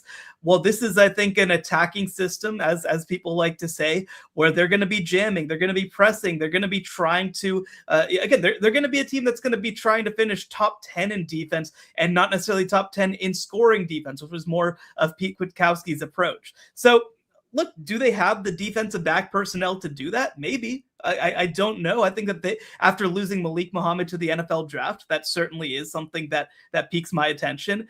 Same deal. Again, they obviously made some changes at linebacker after losing Anthony Hill to the draft and Leona Lafau, of course, going to Colorado. So, like, are they going to be as good in the front seven as they've been the past 2 years? And will they be able to compensate for how aggressive they want to play with the talent that they have? It's going to be an interesting question. They obviously have developed at a high level over the past couple of years, but this is probably the greatest stressor that's going to come to that unit in a couple of years. Just let's say, other than a catastrophic injury, and I don't want to even bring up names because I hate knocking on wood for you. Yeah. But what would be the minimum Steve Sarkisian in Texas need to reach this year after just being outside the bubble in the playoff last year? I mean, like, you're talking, I feel like they should be in the national title game. I feel like below that would be a little disappointing, because you talk about what they brought in this offseason, right? They kick out their very good defensive coordinator to bring in the second highest paid coordinator in college football. They obviously paid top dollar to bring in Cam Coleman at receiver. This is also, like, when you talk about this year, and there have been versions of this the past couple of years, but like, they might get talented quarterbacks again, but you have a Manning on campus this year for probably the last time ever. If you can't manage to maximize Arch Manning's senior season, it is going to be seen as a letdown. It's going to be seen as a failure. And by the way, like, again, there's unlimited money, there's unlimited interest, there's unlimited resource at Texas. But let's say, for example, that this is a team that loses in the first round of the college football playoff. with a Manning on campus. Like, I think that does something psychologically to a fan base. I think that does something psychologically to a coaching staff. We have seen programs over the past 2 years, especially, and especially last year, that have gone all in on an individual player. Garrett Nussmeier at LSU, Drew Aller at Penn State, a couple others among them. And when it hasn't come to fruition, it hasn't just meant problems for that season, it's meant the end of tenures as well. Now, I don't think that Steve Sarkisian is going to be in that boat for a number of reasons, especially in the short term, but this is truly a big opportunity for this Texas team. They have unprecedented investment in this roster. I think if they are not very, very close to winning a national championship, people are going to view that as a huge failure. Shahan, on that schedule, they do not play Alabama, but Alabama was the team, I think, making the most waves out of this weekend because of Keelan Russell. I know you wrote a little bit about that as well, but the young man from Duncanville is turning heads. I mean, Austin Mack's not 100% healthy right now, but man, there were a lot of good things coming out of that Russell performance for whatever you want to take from that, because obviously it's spring ball, but your thoughts on just post-Saban Bama and how weird it all still sort of is, and DeBoer and this young man from Duncanville, Texas, that maybe is the next big thing in Tuscaloosa. Yeah, and people should remember, by the way, he was committed to SMU whenever he did flip to Alabama. I think at the time he was a high 3-star kid, but, you know, people around that SMU program thought he was going to be special, and Alabama apparently agreed. He ends up as a top 5 recruit, I believe number 2 overall in his recruiting class. And the question about him was kind of, look, I mean, he's a skinny kid. He's got a great arm, but will he be able to pack on the pounds? They have him listed now at more than 200 pounds, 25 pounds heavier than he was coming out. And I think that the other thing, too, that has to make you really excited about him is the elusiveness that he showed in that spring game. You know, he was able to handle the pressure really well. He was able to make throws on the move. He got rid of the ball quickly, which is just something that you don't always see from a young quarterback. You know, when I look at this Alabama team, right, like the biggest issue with them is that they have not consistently had an identity since Nick Saban retired. And honestly, even those last couple of years of the Saban era, I mean, they were good defensively. They weren't Saban good defensively. They were good on the offensive line. They weren't Saban good on the offensive line. I think for them, look, I mean, they've been good passing the ball with Ty Simpson this past year, but like you need to, I think, have an aspect to your game that strikes fear into opponents. And certainly Keelan Russell is the top, way that you could potentially do that. Now, I think that Austin Mack, the other quarterback on campus, is very much still in the mix. He's actually in his 4th spring under Kalen DeBoer after following him from Washington. But I mean, the talent that Keelan Russell has showed just jumps off the page. And, again, he's somebody who was a very fast riser late in his recruiting cycle. And he's somebody who I think that people think is potentially a future first-round pick if he continues on this trajectory. What was your take on the Cody Campbell, Brett Yormark? I know it's kind of dying down, but what was your take on the little cat fight between those two? I think that those are two guys who like to make sure that they're heard. And, it's funny, right? I do think that there certainly is something, and this was something that I brought to the equation whenever the Big 12 said that they were going to play Friday games. I mean, look, in the state of Texas, that is not going to be taken lightly, right? That's not going that's going to be frowned upon to mess with your Friday night lights. And, generally speaking, like there have been a lot of teams that have played Friday games. The Texas schools have mostly been kept out of it. But look, I think that they saw success last year on Fridays and understand that they have to push it forward. I covered, by the way, just as somebody who writes, right? I covered a couple of those Friday games that the Big 12 had. They did great ratings, much better than they would have done sort of midday on a Saturday. And also, like, they drove conversation in a way that even I was a little surprised by. I think that the opportunity to get a really high-quality game like Texas Tech Houston on a Friday makes it a marquee event for the Big 12. And now, again, like, you do want to be clear, like, you don't want Texas Tech to be playing only on Fridays. You don't want these schools to be put in this position. And you certainly, are going to upset your coaches, especially a former Texas high school coach, by doing that. But I think that Cody Campbell understands why that's happening. Brett Yormark understands why Cody Campbell has to say his piece.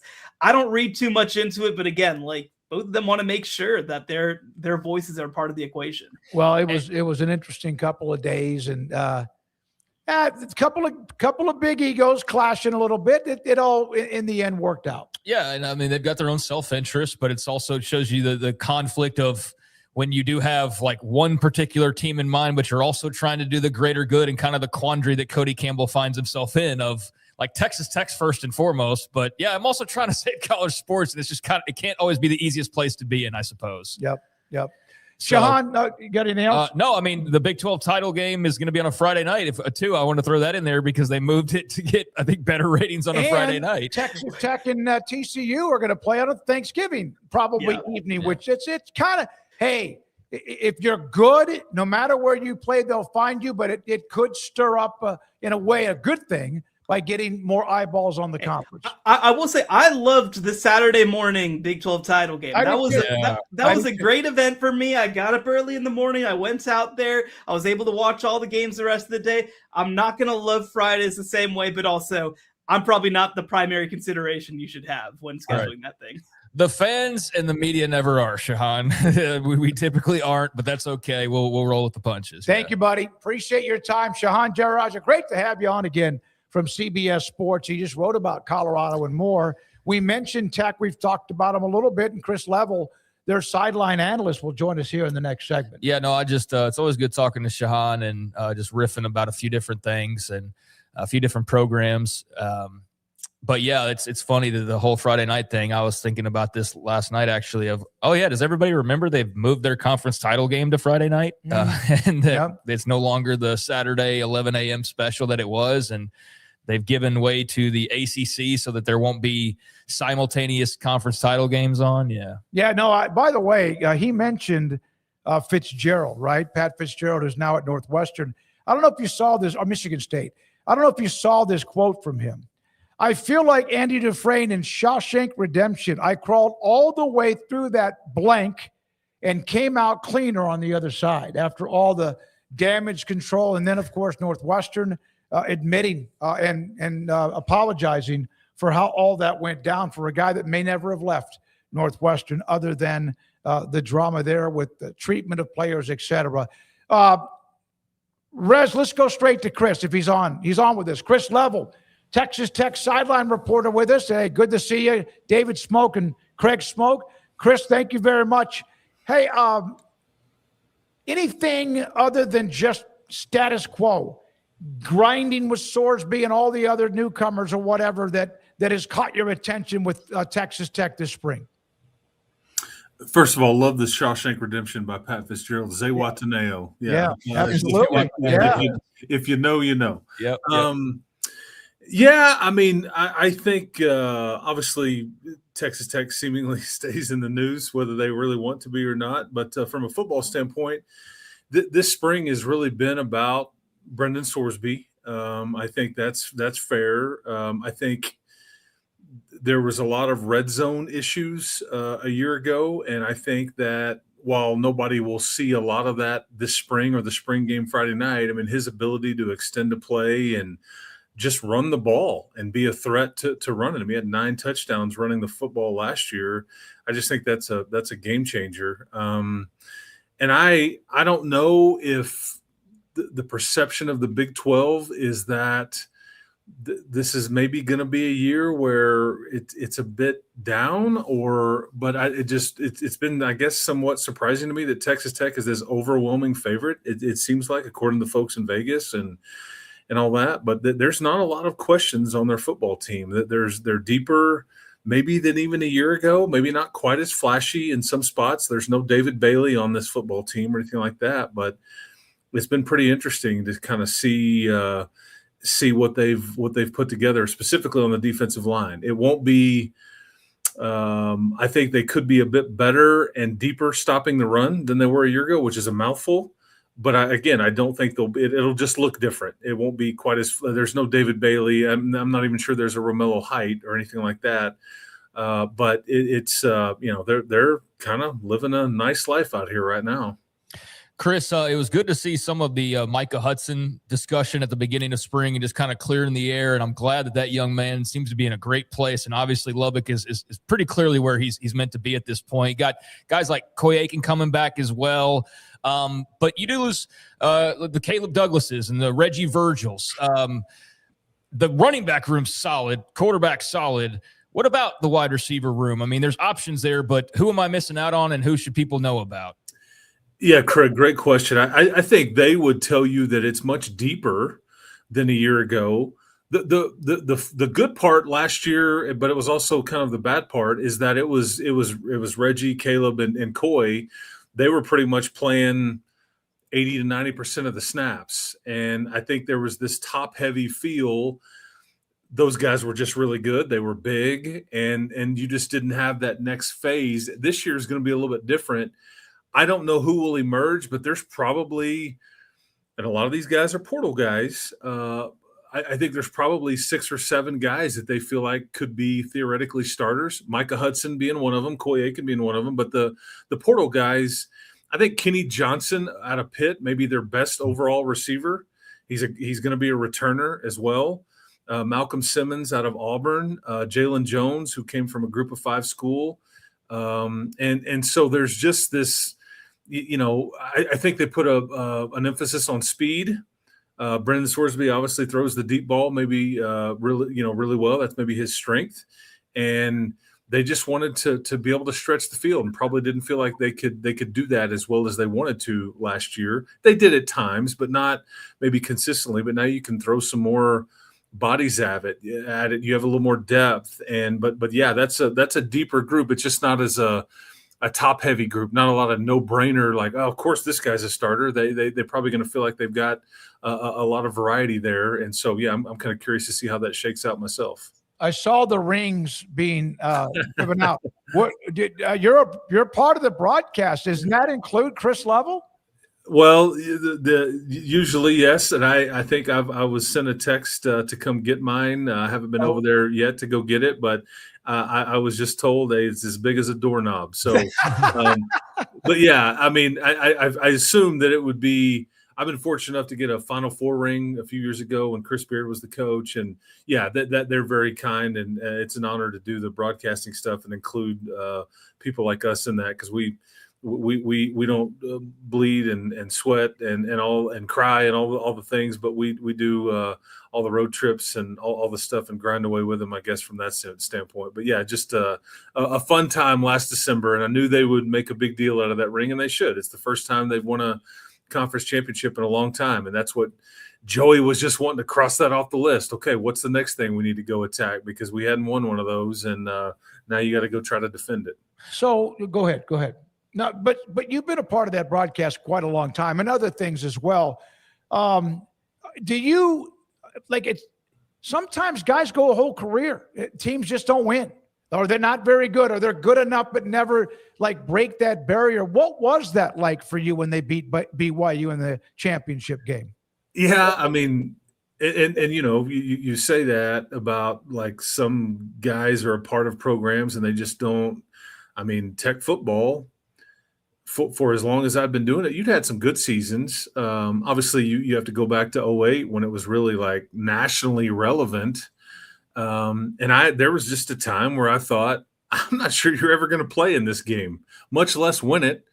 And it's like you were on this list with a few other schools that had never even played in it and certainly hadn't won it and all those things. But yeah, that it was very surreal. And it was just it was oddly enough, it was exciting, but it was like a relief because that was the task, that was the goal, and you couldn't get all the way there and have this team that you put together, this historic defense, and then not win that game, or you would have just been left going, oh my gosh, boy did we! And luckily they not only won it, but they won it in commanding fashion. But special day. I may have leaked a little liquid awesome that right out of this eye right here that day. It was a fun day for a lot of people, and I know Joey made a lot of people happy. But now you're the hunted.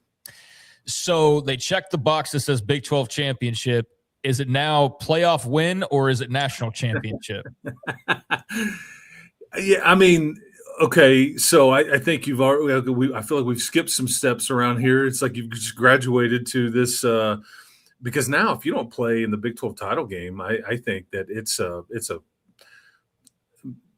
pretty much a failure of a season. I think Joey would tell you the same thing. I mean, there's just no way around that. And then, have you done enough to that point to whether can you still get to the playoff if you didn't win that game? That's debatable and all those things. But yeah, I think this is kind of a CFP and let's stay in the party a while. Like you got there last year, and Oregon was just better on that day. Your offense just wasn't up to par. Whether that was Barron or your offensive line or your receivers not able to get open or the play calling. I mean, everybody's kind of taking their turn on what was wrong that day. But now it's you crack that code, but now you want to stay a little bit and see if you can't make some noise. So I think life as an Ohio State fan or a Bama fan when they were rolling is in some ways a miserable existence when it's like you better win the Natty or else. And you're just nowhere near that, I don't think. But I think it's pretty clear. Like if it's CFP or you've fallen way short of what you are expecting to do.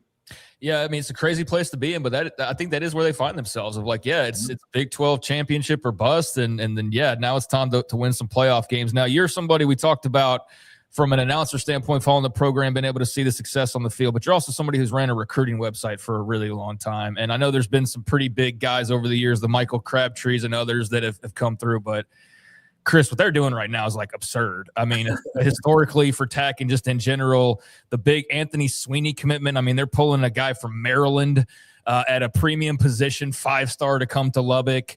Can you just kind of reflect on where Tech recruiting has been over the years, but to where it is now? Like I can only imagine it's just got to be, again, like everything else, just sort of special and pinch yourself. But I mean, they're humming along here.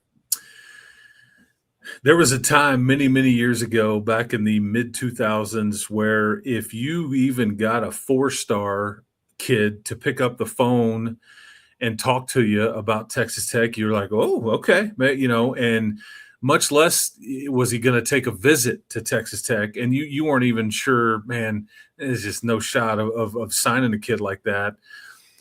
And so, yeah, it's come a long ways, a long, long ways. The Micah Hudson thing was a bit of a breakthrough, the high school 5-star signee, if you will. But now it's LaDamian Guyton out of Georgia and Felix Ojo, and now Anthony Sweeney's committed, Jalen Brewster, and Kavion Bryant, who was a 4-star at one time. He may be a high 4-star now if you're into those kinds of rankings and those things. But they are you're watching them, I think, change their – I don't want to say change, but like this is a part of their philosophy. There are certain positions where they're going to aim extremely high from a high school standpoint and throw some resources at it. They won't be able to do that across the board, but if you can play offensive tackle, if you're an edge guy or just a defensive lineman in general, a quarterback, I think they are, and then you have to trust that they've chosen correctly and can develop them. But I think the 12-win season a year ago, I think David Bailey is likely going to be a top 5 pick. That's something that helps Anthony Sweeney go, okay, I can win. They can develop me. I can get to where I want to go at the next level. And all of it kind of goes hand in hand. And obviously being well financially resourced certainly helps as well. But yeah, it's been interesting to watch. Almost the point where it's not normal, but it's not as shocking to the system as it was at one point. But because they've done this now, they rattled them off quite a bit. And now we can see if they can hold on to these guys and if they can keep them and continue to develop them and all that. But it's quite the start. Yeah, it is. There's no surprise now. There are no surprises. If they get another 4 or 5 or 2 or 3 more of them, it's like, okay, don't get arrogant about it, of course. Don't take it for granted, but it's not a surprise. And that means you're kind of just in that mode, and why not enjoy it and take advantage of it? Yeah, and I think James Blanchard and Joey, they're all on the same page. There's just a trust there. Cody Campbell, and just there's a lot of alignment here, I guess is the best word. And right now, football anyway, it's just it's been a lot of fun to watch their plan come together because everybody's kind of put egos to the side and, again, they're just kind of executing this plan from a recruiting standpoint and the portal standpoint. And then you have the proof of concept or proof of process by winning the title last year. Last thing, Chris, Thanksgiving, TCU. we know about, we mentioned Cody and your Mark. I actually brought that up to Shahan Jaraja. We know what happened there and what was going on, the Friday night game with Houston. What is that like for those on feet on the ground, boots on the ground, so to speak, at Texas Tech? You know what? I think Cody never said this, and I've known Cody for 20 plus years, knew him as a player here and have covered him then and have been friends with him ever since. And we text sometimes and all that. And I never really got into this part with him because he's involved in so much, as you guys know and see. I'd be willing to bet you that part of his angst there is he's got a kid that plays high school football. He's going to be a sophomore offensive lineman. And the fact that he has to make a choice probably frustrated him. And he never said that. That was never listed. And I knew there was probably no real animosity toward Brett Yormark. He's just kind of voicing his displeasure and all the things. But we all know this. It's not ideal to have a bunch of high school games and then a college game right on top of it on the same night in this state of all states. I mean, it's, this is going to be a game that takes place 2 hours away from where the Friday Night Lights, was born and all those kinds of things in the Midland, Odessa area. So anyway, it is what it is. This is the TV contract that everybody agreed to, everybody signed. If these schools want to take this money, this is just part of what comes with it. The Thanksgiving game I thought was interesting. I personally hate it because there's not many sacred things in life. And Thanksgiving is just one of those deals with your family. And I've grown up in the Metroplex and a Cowboy fan, and that's just kind of what we do. It'll be fun. I think no matter what, if you're hosting a game on Thanksgiving weekend, it's tricky to try to get a great atmosphere or a big time crowd just because people do. They travel, they go see their family, they have these traditions and all that stuff. That's going to be senior day for Texas Tech that night. And it could be in a very important game. But as you guys mentioned before I came on, I think Joey would say, hey, we may get a bit of an advantage if we are fortunate enough to be in the Big 12 title game because we'll get a little extra day or so on everybody getting ready for the Big 12 title game because it's also on a Friday night. This is just – you didn't have to play in these off-Saturday games, not one of them last year. You're going to get two of them this year. At least the way I look at it, you don't have to go to Europe. So I guess that's the fair trade. That's exactly right. Thanks, buddy. Great stuff. Yeah, appreciate it. Thank you very much. Chris Level, sideline analyst, Texas Tech broadcast, and also other sports as well. But that's the one where he's right there in the middle of it. So I know he's with On3, and that 247 is the one that does the crystal ball. So I don't know if On3 has a particular term for their which is what's a prediction, right? It's just a prediction. So I don't know if they have a particular term, but whatever that is, I am predicting crystal balling Carson Campbell to Texas Tech for the 2029 class. Because of course. But that young man has offers from everywhere. Like I think Baylor just offered him recently. There was somebody else, I think, over the weekend that I saw that offered him. Like he is a major prospect. Like I don't know, like maybe even a 5-star type of a guy, but a very, very highly rated 2029 prospect. And I said exactly what he just said. Do you remember? I said when we were talking about this that part of the reason why I bet Cody Campbell's upset was his son, because he's got a very high-level son playing high school football, and now you can't be at his game and go to the Tech game. So, yeah, I definitely think that was part of his man, this sucks. I don't want to do this. It was that he couldn't have the double dip on that particular weekend, which is understandable. Like he's being a father. He's not always just like, I'm billionaire businessman. I'm also just Cody Campbell, dad to Carson, and dad to Carson is pissed because I have to choose between this game or that game, and I want to be at both. So that's understandable as well. But yeah, I mean, there's a lot of exciting things going on for them. Recruiting, they're tearing it up, and I think, yeah, it's like we were talking about with Texas, of anything short of like getting into the playoff and then winning a game is, with Arch Manning and Cam Coleman and Will Muschamp and Raleigh Brown and all these people, like, it's a failure. It is falling short. And I think for Texas Tech, anything other than a Big 12 title is falling short. And I do think that we're probably now where maybe there's another year where they don't win a playoff game, but they are on that, like, you're like, now it's like you got to win playoff games, or anything short of that is a bust, because of the advantages that you have and because of where your program now finds itself, because of all of those things and the other X factors like culture and all of that. So yeah, it's a pressure that they've never known, but when you want to be in that conversation, this is the territory that you then enter. Is, yeah, now you know how it is to be an LSU fan and a Florida fan and a Alabama fan, of like, what do you mean just winning 9 or 10 games isn't good enough anymore? That was like a historic greatest year we've had in 20 years. It's like, well, now you need to do it every single year. It can be, it's exciting. It can be, if you've never been through it before as a fan, it can be it can wear you out, but it's accelerated. Then you get to a point where you get like, okay, can we keep doing this? Well, why not? I do think for a Bama, it can become to the point of like ridiculousness where you're just never happy, unless it was the Saban years for like 20 years. But yeah, natty or bust is not a way to go through life necessarily. There's other good seasons that can still be had, and I think Texas Tech will have that and learn that. But yeah, welcome to the party of what the expectations are for a select few schools seemingly every single year. And you want Bama, or you want Texas, or you want Oklahoma or Michigan or Ohio State or whatever, then this is the road you walk down. Is every game you're expected to win, and if you don't, then it's treated like you've lost 4 games in some cases. So that's where they are. And hey, I'd much rather be there still than be in the alternative where it's like, do we make a bowl game? Do we ever win a Big 12 title? Do we ever compete for Big 12 championships? Like, they're past that. They've zoomed past that. But yeah, now with that comes a different kind of pressure. All right. Thanks to Chris Level, Shahan Jaraja, Rick Saratella, and he's going to send me that book. I'll have it maybe by the end of the week for the draft. And John McClain around the corner. But before we do that, we do have Craig Smoking Off the Radar. And before we take the break, I want to let you know about my dentist. It's Dr. Steve Childress, Stonewood Dental in Robinson, Texas.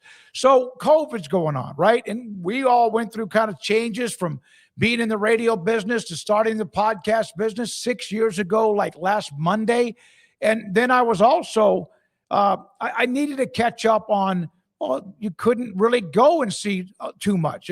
Doctors' offices, maybe not as accessible. Needed to get to the dentist. Had this bottom right molar that has at times created more pain than it needs to and not comfortable. Went to see Dr. Steve Childress. He took care of it. Also, kind of did an MRI, so to speak, of my gums and my teeth along with others. And I had a game plan, and we've stayed with that game plan. He told me this, and this, or we got to work on them now. This, and this, they're lost causes. We got to take care of them now.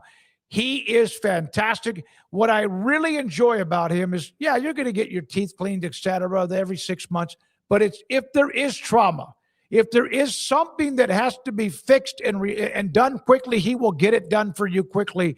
And it's amazing how he can make something like that not like you're holding on for dear life. That's why some people don't go to the dentist. They're scared to death of what might happen. Not with Dr. Steve Childress. And Steve Childress, Stonewood Dental, and the rest of his dentist and crew and staff in Robinson, Texas.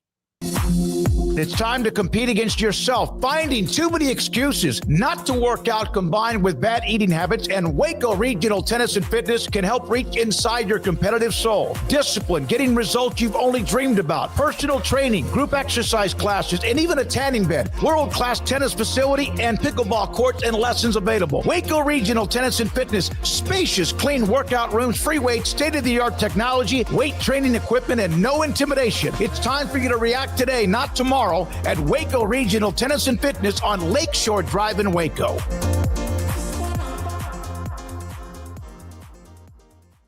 Declaration of Deals is at Allen Samuels in Waco. Get $11,000 off a new Ram 1500 Lone Star, plus 2.9% for 72 months. And America's best full-size truck powertrain 10-year, 100,000-mile limited warranty at Allen Samuels in Waco.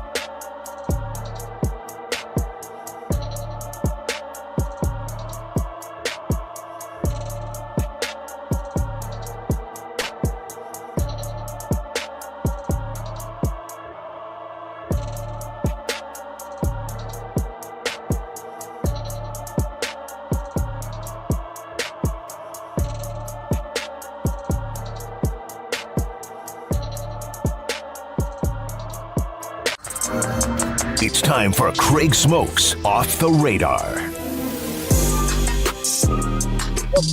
Off the radar here on 365 Sports, and we are thrilled to have you along for the ride with us here on the Smoke Show, and do appreciate everybody out there. Please hit that like and subscribe button if you haven't already, but let's dive into some stories from around the world of sports. And I know I've had some bleed over with college football. I think I'm going to cut off the bleeding entirely. Like, there will be probably little to zero college things in this segment from here moving on. But today was a really easy day to do that because there's not a ton going on that would leak into off the radar. Like maybe the Learfield story might have, but like, I don't know how many people are interested in that to begin with. I mean, it's notable for some, but it's not the biggest deal in the world. But I mean, we could just sit on this one story. And based on what I've seen, and I don't watch every minute of it, but Zach Gelb, I think, has for about a week now, and that is the Dianna Russini story that has been swirling around. NFL reporter from The Athletic, there is an update this afternoon on Dianna Russini and her employment and the scandal, the fallout from pictures from what looked like it was a private investigator, but that made their way to TMZ and eventually led to just this big blow up with her and Mike Vrabel being accused of having an affair. And I've seen countless YouTube videos at this point of Dianna Russini clips talking about her husband in a disparaging fashion, or how there's like no magic between them, or how much partying she was doing down in Miami. And like, it's just been a whirlwind. I cannot imagine from her standpoint what the last few days have been like. But now we do have some finality on what the future looks like, as Dianna Russini has resigned from The Athletic. Less than a week, this according to the AP, after published photos of her and Patriots coach Mike Vrabel at an Arizona resort prompted an internal investigation at The Athletic, which is owned by the New York Times. So the photos came out from the pair at the Sedona Hotel. And it was said that these happened before the NFL owner meetings in Phoenix. And then Russini went on to say that there were other people there, that it was a friendly thing, even though it looked a little friendlier than friends. But okay, like they were holding hands. It wasn't proof that something was happening, but it definitely pointed you in a certain direction. She said that in a letter to the Athletic executive director or executive editor Steven Ginsburg, I have covered the NFL with professionalism and dedication throughout my career, and I stand behind every story I have ever published. When the Page 6 item first appeared, the Athletic supported me unequivocally, expressed confidence in my work and pride in my journalism. For that, I am grateful. In the days that followed, unfortunately, commentators and various media have engaged in self-feeding speculation that is simply unmoored by the facts. And she talked about the media frenzy, that there's been a lack of regard for the review process that The Athletic has said that they were undergoing. And it just continues to get hotter and hotter and keeps building. So rather than allowing it to continue, she is stepping aside before her contract expires on June 30th. So that was actually coming up here in a couple of months regardless. So the timing. There's conflicting reports if it was in August or somewhere, but I guess says it is, June, and this is her statement. So she says June 30th. She says, I do so not because I accept the narrative that has been constructed around this episode, but because I refuse to lend it further oxygen or to let it define me or my career. Both parties are married. She's been with the Athletics since 2023. I've been at ESPN for a very long time before that. And there you go. There's her stepping away from the Athletic, and it's been a big old mess. And I know there's been some other creators that she's friendly with. The most popular show in the world, like PMT, has her on as a regular over on Barstool. And I think she's featured in a couple of other places pretty regularly. And it's just created a lot of really weird awkwardness with some of the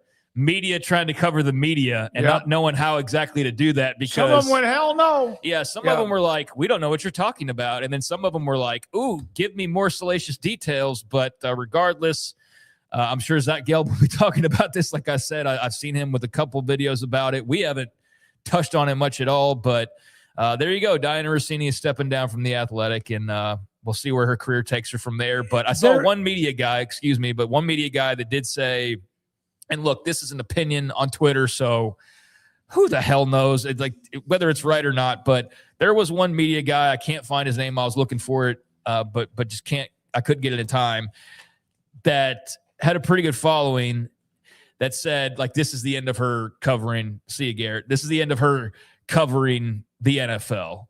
Do you think that's the case? Right off the top? Or she's just done covering the NFL now? Here's the thing. One, you almost feel like somebody set that up as far as. Oh, no. There was no question. Why otherwise would a photographer be at that resort? Yes, there was NFL meetings but that's almost like a hit job.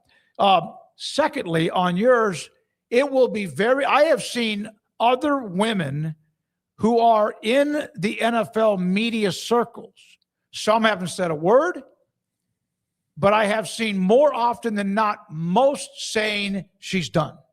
Yeah, I have too. Because of just the conflict of interest and some of the reporting that she was known. I really got to know of her when RG3 was drafted by Washington, and she followed the Redskins at the time, and that was kind of like her beat for a while, and got to know her a little bit with her reporting. And then she kind of wouldn't return my text for a long time. That's fine. She got busy. She was very important, but now I wonder what her future is. Well, there's a way that you've made it about your experience with her. Only because she was damn good at what she did. Yeah, she was popular, and the reason I reached out to her was because she was damn good at what she did. Yeah, I mean, she's very popular, but this has definitely put a stain on her career potentially. I mean, certainly on her personal life and all of that. And that's what happens when you're a public figure, that it goes both ways. And I think a lot of times reporters don't think that it cuts back, but in her case, it has. And so I got the vibes that was a suspicious significant other that said, I'm going to hire somebody to stake this out. And that's what we got. That's my opinion on how those pictures eventually emerged. But regardless, she is stepping away from the Athletic as they continue to investigate that. And I haven't gotten real deep into that. It's very TMZ. I typically don't really get involved in the sports TMZ stuff all that much, because typically it's a lot of characters. I don't care about Antonio Brown. I don't care about some of these people, but this has been the timing couldn't have been worse, as far as there's a lot of events going on, but not enough to cover up this for her sake, at least. Meanwhile, talk about disgraces. Sherrone Moore, he is now a man on probation after a very tumultuous, rocky end to his Michigan tenure. Sherrone Moore was placed on probation today for 18 months following the confrontation. This all stems from the confrontation with the executive assistant he was having an inappropriate relationship with. Not a lot of morally strong people in the off the radar segment today, but Sherrone Moore getting 18 months for the confrontation with his former executive assistant and fling. He was facing up to 6 months in jail, but he pled no contest to trespassing and malicious use of a telecom device. The judge said no time in custody, that jail wasn't warranted, though he warned Moore that all bets are off if he violates probation. Now, here was an interesting part of it. The judge went on to say that Moore's wife, Kelly, was the biggest reason or the biggest influence as to why he didn't order jail time, was because he was sympathetic to her and I mean, I get that, but I also feel like that's when the lesson really needs to be learned, because now you've thrown Sharon Moore a bone that he doesn't quite frankly deserve, because the woman who he crushed and hurt was so sad that he basically is effing up the entire family structure with his selfishness, that she basically covers his ass again for him. So he learns nothing other than, yes, I mean, not fair, Craig. He learned public embarrassment. For narcissists, that only goes so far unless there's actual punishment. Well, he lost his job at Michigan. Okay, there is that. I don't know if that will actually change his ways or not, but he is not going to be serving jail time. So there was at least that was possible. But he cannot violate probation, or it sounds like he will serve some jail time. So there is some of the conclusion to the Sharon Moore story. He had originally been charged with felony home invasion, stalking, and illegal entry, but he had agreed to a plea deal where he just pled no contest to the 2 misdemeanors that I mentioned. He spoke briefly in court, thanked his wife for standing by him, did not mention the other, obviously the accuser or the fling. So there you go. He says he's getting counseling. He's focusing on his family. And again, the wife was kind of the saving day here, which seems to be the case a lot of times. Yeah, but no, you're right. I don't care to see Sharon Moore around college football on my TV screen anytime soon. I don't know about everybody else out there. I think people make mistakes and you should get second chances and whatnot. But probation, just in general, sounds good from Sharon Moore. He needs to get his personal life sorted out. The judge, I read a short comment. I don't know how much he said he didn't feel like the situation deserved incarceration, but he said that you absolutely should not have taken all of what trauma you were dealing with and put it on her. Yeah. That was the unfair part. The fact that they had a relationship or not is that it could have been somebody else. You took all of the anger and trauma and anxiety and fear inside your body and unloaded it on this woman. And made it that it was her fault. Yes. That she told, like, how dare she? And yeah, that to me is why I'm not a Sharon Moore fan, because that's not somebody who feels sorry about what they did. It's somebody who feels pissed off they got caught and pissed off that somebody allowed them to get caught, because they should be untouchable, I suppose. I don't know what goes through brains like his, but yeah, I think chickens came home to roost. Could have been worse. Could have served jail time. Could still serve jail time if he doesn't follow through on probation, but he's got some family work to do. So I don't anticipate we'll be hearing much about Sharon Moore moving forward, nor should we. He needs to get his life in order before we even contemplate a conversation about him being on TV screens for football-related reasons. A couple more notes here, just real quick on the ratings. I mean, again, we need a couple more years before we know exactly how to go. Ratings in 2025 and 2026 and maybe even 2027 versus what they all look like and how to compare those, because just the data being used is different. But for the data that we are using these days, 14 million people watched the final round of the Masters. That's an 8% jump from nearly 13 million last year. And again, there's the caveat of it's what they call the Nielsen big data, which is what we're now using, versus panel only, which is what we were using. But 14 million people. So I don't know if that's really the same audience as last year, and that jumps because of the change in metrics, or if there was a little bit of a jump, but there certainly wasn't a backwards loss. And hey, if you're advertising and you're somebody selling the PGA, like, forget panel schmanel, 14 million's 14 million, and that's an 8% jump from last year. So, yeah, the PGA can spin that in a positive way, and what a finish that was for Rory McIlroy and the Masters tournament itself. And then finally, the one other note that I had here, I have to end on a sad note, but this is what's off the radar these last couple of days, and that is that Dick Vitale. Yep. I mean, I think I've done 5 off the radar segments saying something similar to this, unfortunately. But, man, he is facing yet another battle with cancer. Announced yesterday that biopsy results confirmed a diagnosis of melanoma in his lung and liver cavity. He will start immunotherapy. It's his 5th cancer battle, his 5th. And so he's been obviously out of action for the most part. He's come back a couple times to big applause and big celebration that he's been able to work his way back. But he's 86 years old at this point. He said in a statement, "I've beaten melanoma. I've beaten lymphoma. I've beaten vocal cord cancer. I've beaten lymph node cancer. I'm 4 for 4, and I'm fully confident I'm going to make it 5 for 5. He also documented some of his treatment on social media and what he's already been going through as far as MRIs and tests and all those types of things. He said, I obviously did not get the report today that I was hoping for when my oncologist called, but he planned on winning the battle. Now at least I know what I face. So, man, once again, for the 5th time now in the last few years, prayers to Dickie V, positive wishes, whatever you believe in. Yeah, he is a fighter. That is for damn sure. And just unbelievable how this has stricken him once again, I guess, is where I'm left of just like, my gosh. I mean, just to hear him read out, I've beaten this and that. I mean, beating like 4 different forms of cancer, and now you've got a 5th. It's absolutely awful stuff. And best wishes to Dickie V and his family. Yeah, we had him on about twice a year during basketball, and then when all that went down with his throat, and then all of a sudden, he basically was saying, you can't do much. You could do an occasional broadcast.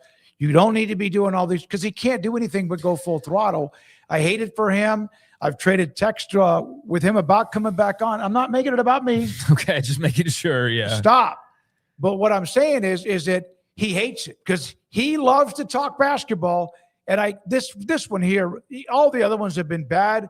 This one here is like that's the most evil damn thing in the world. It just keeps coming back. You know, it absolutely is. And when we saw him back this past season when he made a return, right? Another return. And I just remember commenting, and it wasn't trying to be ugly in any way. It's just like, golly, man, like he's just, it's like the Lee Corso thing, right? It's like, how much more can a guy take? And we're watching it in live motion. And it's just really difficult just to even watch, much less have to endure. So, man, Dickie V is a fighter. He's going to have to fight some more. Good luck to him. And again, best wishes for his family, but just awful news there. And there you go. There's kind of a depressing off the radar, but these are the stories that are out there this week. And so there you go. And Jonathan Giovanni, who covers the NBA and also the draft, saying that Cam Carr has declared for the NBA draft, Baylor guard. Okay. So he's on his way out the door. That just came down in recent minutes. All right, Craig, thank you very much. Not what I think Baylor fans were hoping to hear, but I think it's what they expected to be the case. Yeah, I don't think there was any thought. He might be one of those guys that's better in the NBA. Well, while we're on that, I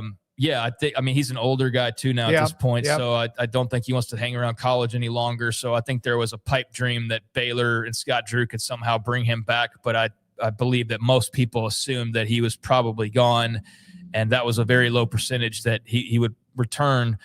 But in other news, there's murmurs about maybe Scott Drew bringing some old faces back to the staff. We'll see on that. But Cam Carr, that's a big domino they needed to drop to kind of know what to do moving forward. So it's good to know that now. Absolutely. And we're now joined by John McClain, Hall of Fame columnist. And John, I just gave the Cam Carr news and all of that's going on. We will get to the draft in a minute. Cam Carr, I think, is one of those that with the spacing in the NBA, that might even favor his game even more. It could be, David, but he was a big disappointment at Tennessee. That's how he ended up in Waco. And I know he would disappear for some times, especially where he should have been turning on 3/4 through the season, and then he did. He'll be drafted low. Yesufu ought to come back to school. He may not even be drafted in the first round. And he'll have to really do well in their tryouts and their combines, and because he's going to have to show them he's better and can be more consistent. He's going to be compared to VJ Edgecombe, one of the best players, young players in the NBA, and sure be nice if he came back one more. But I think Baylor's got a one and done every year, so they just got to get used to it. And I sure hope Jerome Tang comes back. It sounds like he's coming. He'll be held like a returning head coach because he meant so much to Scott Drew and his program. Yeah, it does look. And that when Brooks ended up at NC State, Driscoll, NC State, and you started going, okay, there's only one guy left, and you would think that if any one of those guys available, that would be the one that would end up being hooked up with Scott, with Jerome Tang. One of the good things about Tang's what a great recruiter he was. When he was there early on, hired out of a Houston high school, I believe, and he did a fantastic job. And I'm glad he got a head coaching job, and I'm sorry it ended the way it did at Kansas State. But if Tang comes back and Baylor does really well again, he might get a second shot. John, I don't want to bring up bad stuff, but I have to. And I'm not talking about the Astros. Okay. Well, there goes my question. No, the Astros have lost 8 in a row. First time since 2013 when they lost 111, and they were the worst team in baseball. They just lost 8 on a road trip. First time since 2012. They are the best hitting team in Major League Baseball, and they are the worst pitching team. They have 3 starters just since this season began who have gone on the injured list: Hunter Brown, Tatsuma Imai, and Christian Javier. Also shortstop Jeremy Pena, center field Jake Myers. And they have a new medical staff, and people thought the injuries can't be like last year, and they're not. They're worse. John, here comes the chatter. Cowboys have the 12 and 20 pick. Obviously, there's some guys at the top of the draft that are better than the ones that will be available when they pick at 12 and 20. How much truth or bite is there to the Cowboys are going to move up and get David Bailey or someone like that? Well, I saw Stephen and Jerry say, hey, they might take an offensive player. Yeah. Well, they might not. You can take one thing to the bank. Do not believe anything anybody says in these pre-draft news conferences. Nick Caserio of the Texans told the media yesterday they don't take players for need. They take the best player, and no matter what the position. Okay, last year they needed an offensive tackle, top pick offensive tackle. They needed a wide receiver. Next pick, wide receiver. Next pick, wide receiver. 23. They need a quarterback. They need an edge rusher. C.J. Stroud, Will Anderson Jr. Now, what Caserio does is no different from anybody else. And in almost every case, they're lying, and they act like we can't see through it, and yet media will print and broadcast exactly what they say. Something to keep in mind, the Cowboys don't have a 2. Do they have a 3?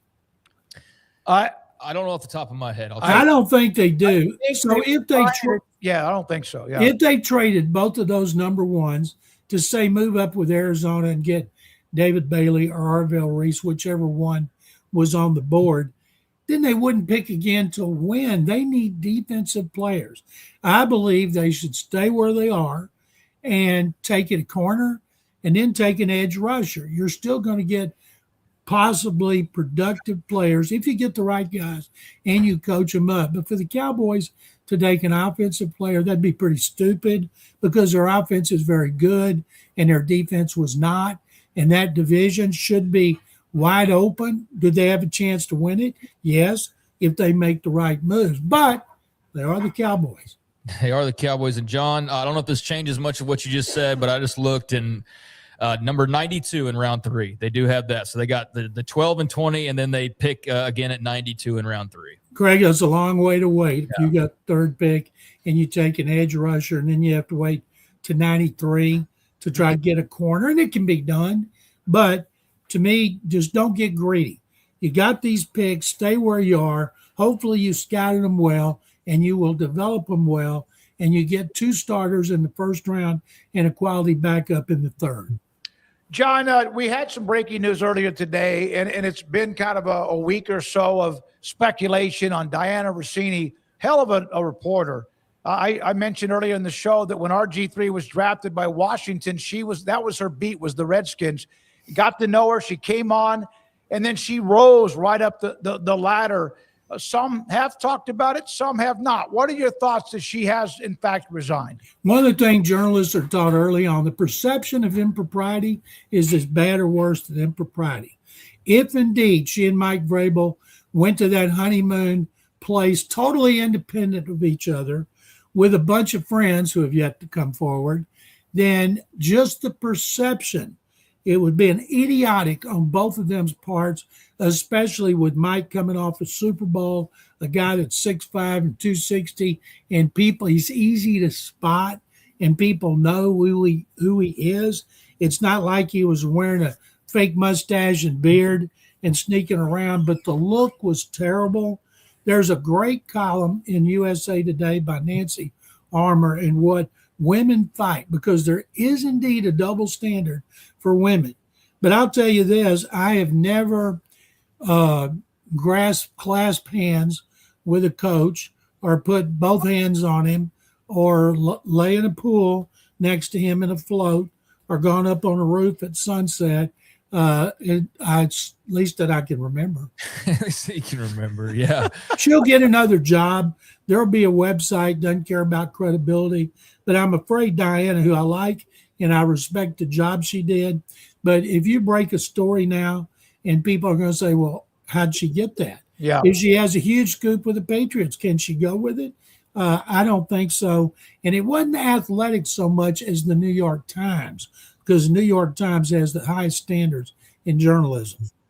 John, is there a personal violation the NFL would look at for Vrabel? Just curious, like how that might work. Craig, give me a break. They got an owner of the Patriots. Look what he did. True. And I don't think, no. Coaches, men are judged on a different platform as the women. Nothing's happening to Vrabel. He didn't do his news conference pre-draft yesterday because he didn't want to be asked questions about it. But when he does it at the draft, he'll still be asked questions about it. They have a very tough media in New England, and he'll say he's only going to talk about sports and that's it, football and that's it. And Diana resigned today, and she blamed everything on the media. Mm-hmm. She didn't blame anything on herself, that I put myself in a bad situation. We were friends. I should have thought about it. She blamed it all on the media, which is interesting considering she's in the media. I saw a pretty large chunk of women in the media that cover the NFL or cover sports that kind of said that she crossed the line and hurt the profession. Yeah, it affects them. It does, but it just leans more credence when a woman gets a story. Well, how did she get that story? She asked a player or coach, can I get your cell? Is she trying to do that for stories, or is it about personal stuff? And it doesn't matter how professional they are. All they have is the credibility they've built up through the years. And almost every woman I know in the business has built up that credibility. There's a lot of guys I know who wish they'd had as much credibility as some of the women based on things I know they've done, not hanging out with a head coach in a hot tub. But I feel bad for her, and I feel bad. I don't feel bad for Vrabel. They brought it on themselves. They should have been smarter. John, I guess we'll leave with this, but I know we'll talk to you next week, talk really about the draft, because it's finally here. I feel like, man, it would be perfect this week. I'm just getting impatient at this point that I want to see it. But what is your most interesting draft-related story, item, player, whatever that's on mind as we are here just a few days away now? Number 4. On my talk shows in Nashville, I've been telling them for weeks, when I come on, I want you to play the Beatles song, All We Need Is Love, because they need the best prospect in the draft, and Love is it. He's a generational running back who can run, he can catch, he can score touchdowns. When you have a young quarterback like Cam Ward going into his second season, you got to have weapons around him, and what better to have a great back who can score running and receiving, and he can block and protect you. And they're going into a new stadium in 27. They got to sell tickets and suites and club seats, parking and everything else. And if you've got an offense that can score and is exciting, that's better than a low-scoring defense. Those edge rushers are great, but how many touchdowns do they score? None. Not unless it's a strip sack that they end up or somebody else runs back for a touchdown. Who's your favorite Beatle, John? I think I've asked you this before, but I'm not sure. I've always said if I could spend a dinner with one person living, it would be Paul McCartney. When I grew up in Waco and I was listening to my transistor in my room when I was supposed to be doing homework, and I was listening to the Beatles, and I Want to Hold Your Hand. And so the Beatles shaped so much of who I am and who I became while I was growing up in Waco. And so McCartney is my favorite. All right. Then I have a kind of going back to that time. You got into the newspaper business in Waco. You got into the Waco Trib, Dave Campbell, among others. And of course, are a Hall of Fame columnist. And I know you do a lot more. You got out of that business in a way. What do you, when you see what's happening to the newspaper business now? I just saw yet another newspaper is probably getting shut down. You've been out of it for a long, long time. Did you see that coming? And what does it mean or do to you when you see what's happening? Well, first of all, I was elated to find out today the Pittsburgh Post-Gazette was supposed to go out of business, and a nonprofit that runs the Baltimore Banner bought them and is going to keep them publishing. Excuse me. And I think that's great. But eventually, guys, when it comes to the print, getting your fingers dirty, it's going to be the New York Times. It's going to be the Wall Street Journal. And I'm afraid that's going to be it. Everything else is going to be online. It makes me sick. Houston Chronicle's still going strong, privately owned by Hearst. They bought the Morning News, the American Statesman. They already owned the San Antonio Express News. So the Hearst Corporation doesn't have stockholders, but they got a lot of money. Yes, they do. They've been able to stay afloat. But one of the reasons I got out is I got so tired of people complaining to me about the Chronicle's paywall. Nothing drives you crazier than a paywall, but they have to have it to be able to subsist and make enough money to continue operations, including the Waco Tribune Herald. I would tell anybody, subscribe to the Waco Tribune Herald, and because you don't want to lose them. And newspapers do so much good in a city and a county and a state and a nation and a world. Thank you, buddy. Appreciate it. Thank you, guys. Second. John McClain, Hall of Fame columnist, with us on mostly Tuesdays in the early part of the 5 o'clock hour. Now, we have the wheel, we have quizzes, and the poll results from Andrew Valade, and let's spin that wheel. Rez. Spinning. And you read it, Craig. What's one music video that defines what it means to make a music video? Examples: Thriller by Michael Jackson, Gangnam Style, Peter Gabriel, Sledgehammer. I don't think you're going to probably have a good answer. Am I out of school? For a music video? You Mr. You know what your new nickname is? Mr. Pop Culture. Because it's an oxymoron. Let me tell you something. I am a moron. I didn't say you're a moron. I have used OxyClean. Put that up there again so I can see it, Rez, please, sir, so I can read it so I don't answer the wrong question. So what's a music video? It has to be the Thriller. So you just say what he gave as an example. Yeah, I mean that's an example for a reason. I know all those songs. I know who they are. Gangnam Style's kind of funny, but there's a new movie coming out here. I think this summer with Michael Jackson. And what he did during that, I know over many years, but his music videos to me were unfreaking believable.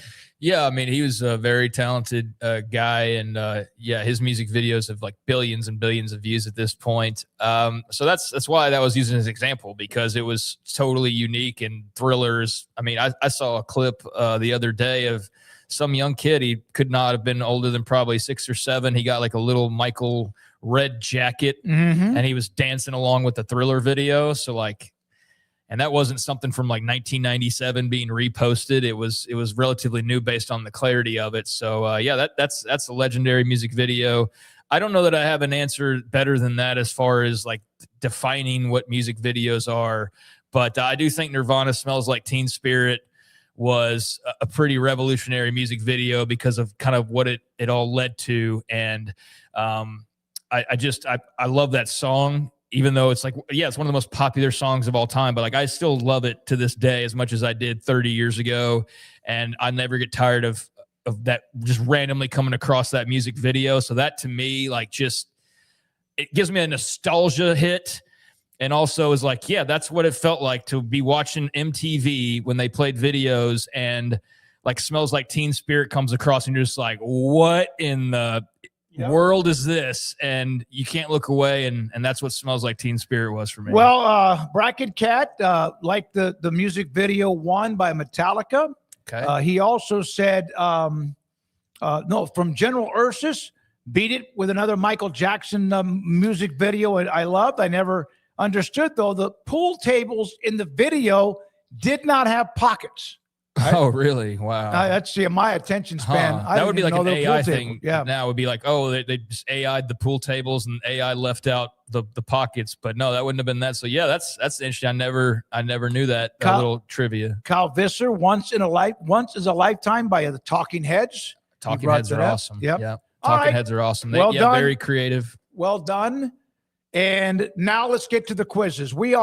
I went back and watched every show for the last 3 months as I started to dissect things we will do or not do as we start this week with the Smoke Show. We are 197-3 against Andrew's quizzes. I can believe that. We've done pretty well. That just means we'll probably get both of these wrong. But no. Yeah, we're going to get into a bad stretch. Prior to a major rule change in April of 1944, what were NFL coaches strictly prohibited from doing during a game? April 44, so we're getting close to the end of World War II, but we're still in the muck of it. It cannot be two. It just cannot be two. I mean, that would, it would. Which not means make it probably. sense. I want to think unless it called timeout on the field. I mean, I just wonder, like, was there any part of coaches were coaching from like did they have press boxes back? I don't know. Yeah, but that one seems kind of. Here's why one. Talk to a quarterback via headset. They didn't have that kind of communication. Well, no, they didn't have that, so that's definitely out. I mean, the coaching from the sidelines thing, unless there's some like they had a press box style deal that they did. I think it's 3 or 4. If you can't call a timeout on the field, how else would you call it? I don't know. Let's just go. Do you have an urge think, to go? Well, I want to go with they're not allowed to call timeouts on the field. Maybe it had to come from a player. Okay, if I had to take a guess, it would be enter the locker room at half, but let's do the call timeout on the field. Dear God, I'm going to be wrong. The answer is we're working on it. They changed the answer because we were going to be right again. Coaching from the sidelines. I'll be damned. Before 1944, play calling was the sole responsibility of the quarterback or team captain. Okay, well, I learned something new today. Coaches were prohibited from communicating directly with players on the field and had to sit quietly on the bench or in the stands. This rule change marked the birth of modern sideline management, allowing coaches to finally call plays and guide their teams during live action. That's nuts. I thought they were talking like play calling headsets because it wasn't technically something they could do. So we weren't even close. No. Not even close on that one. No. So glad that you bragged before we got that. We're now so 197-4. Next one, please.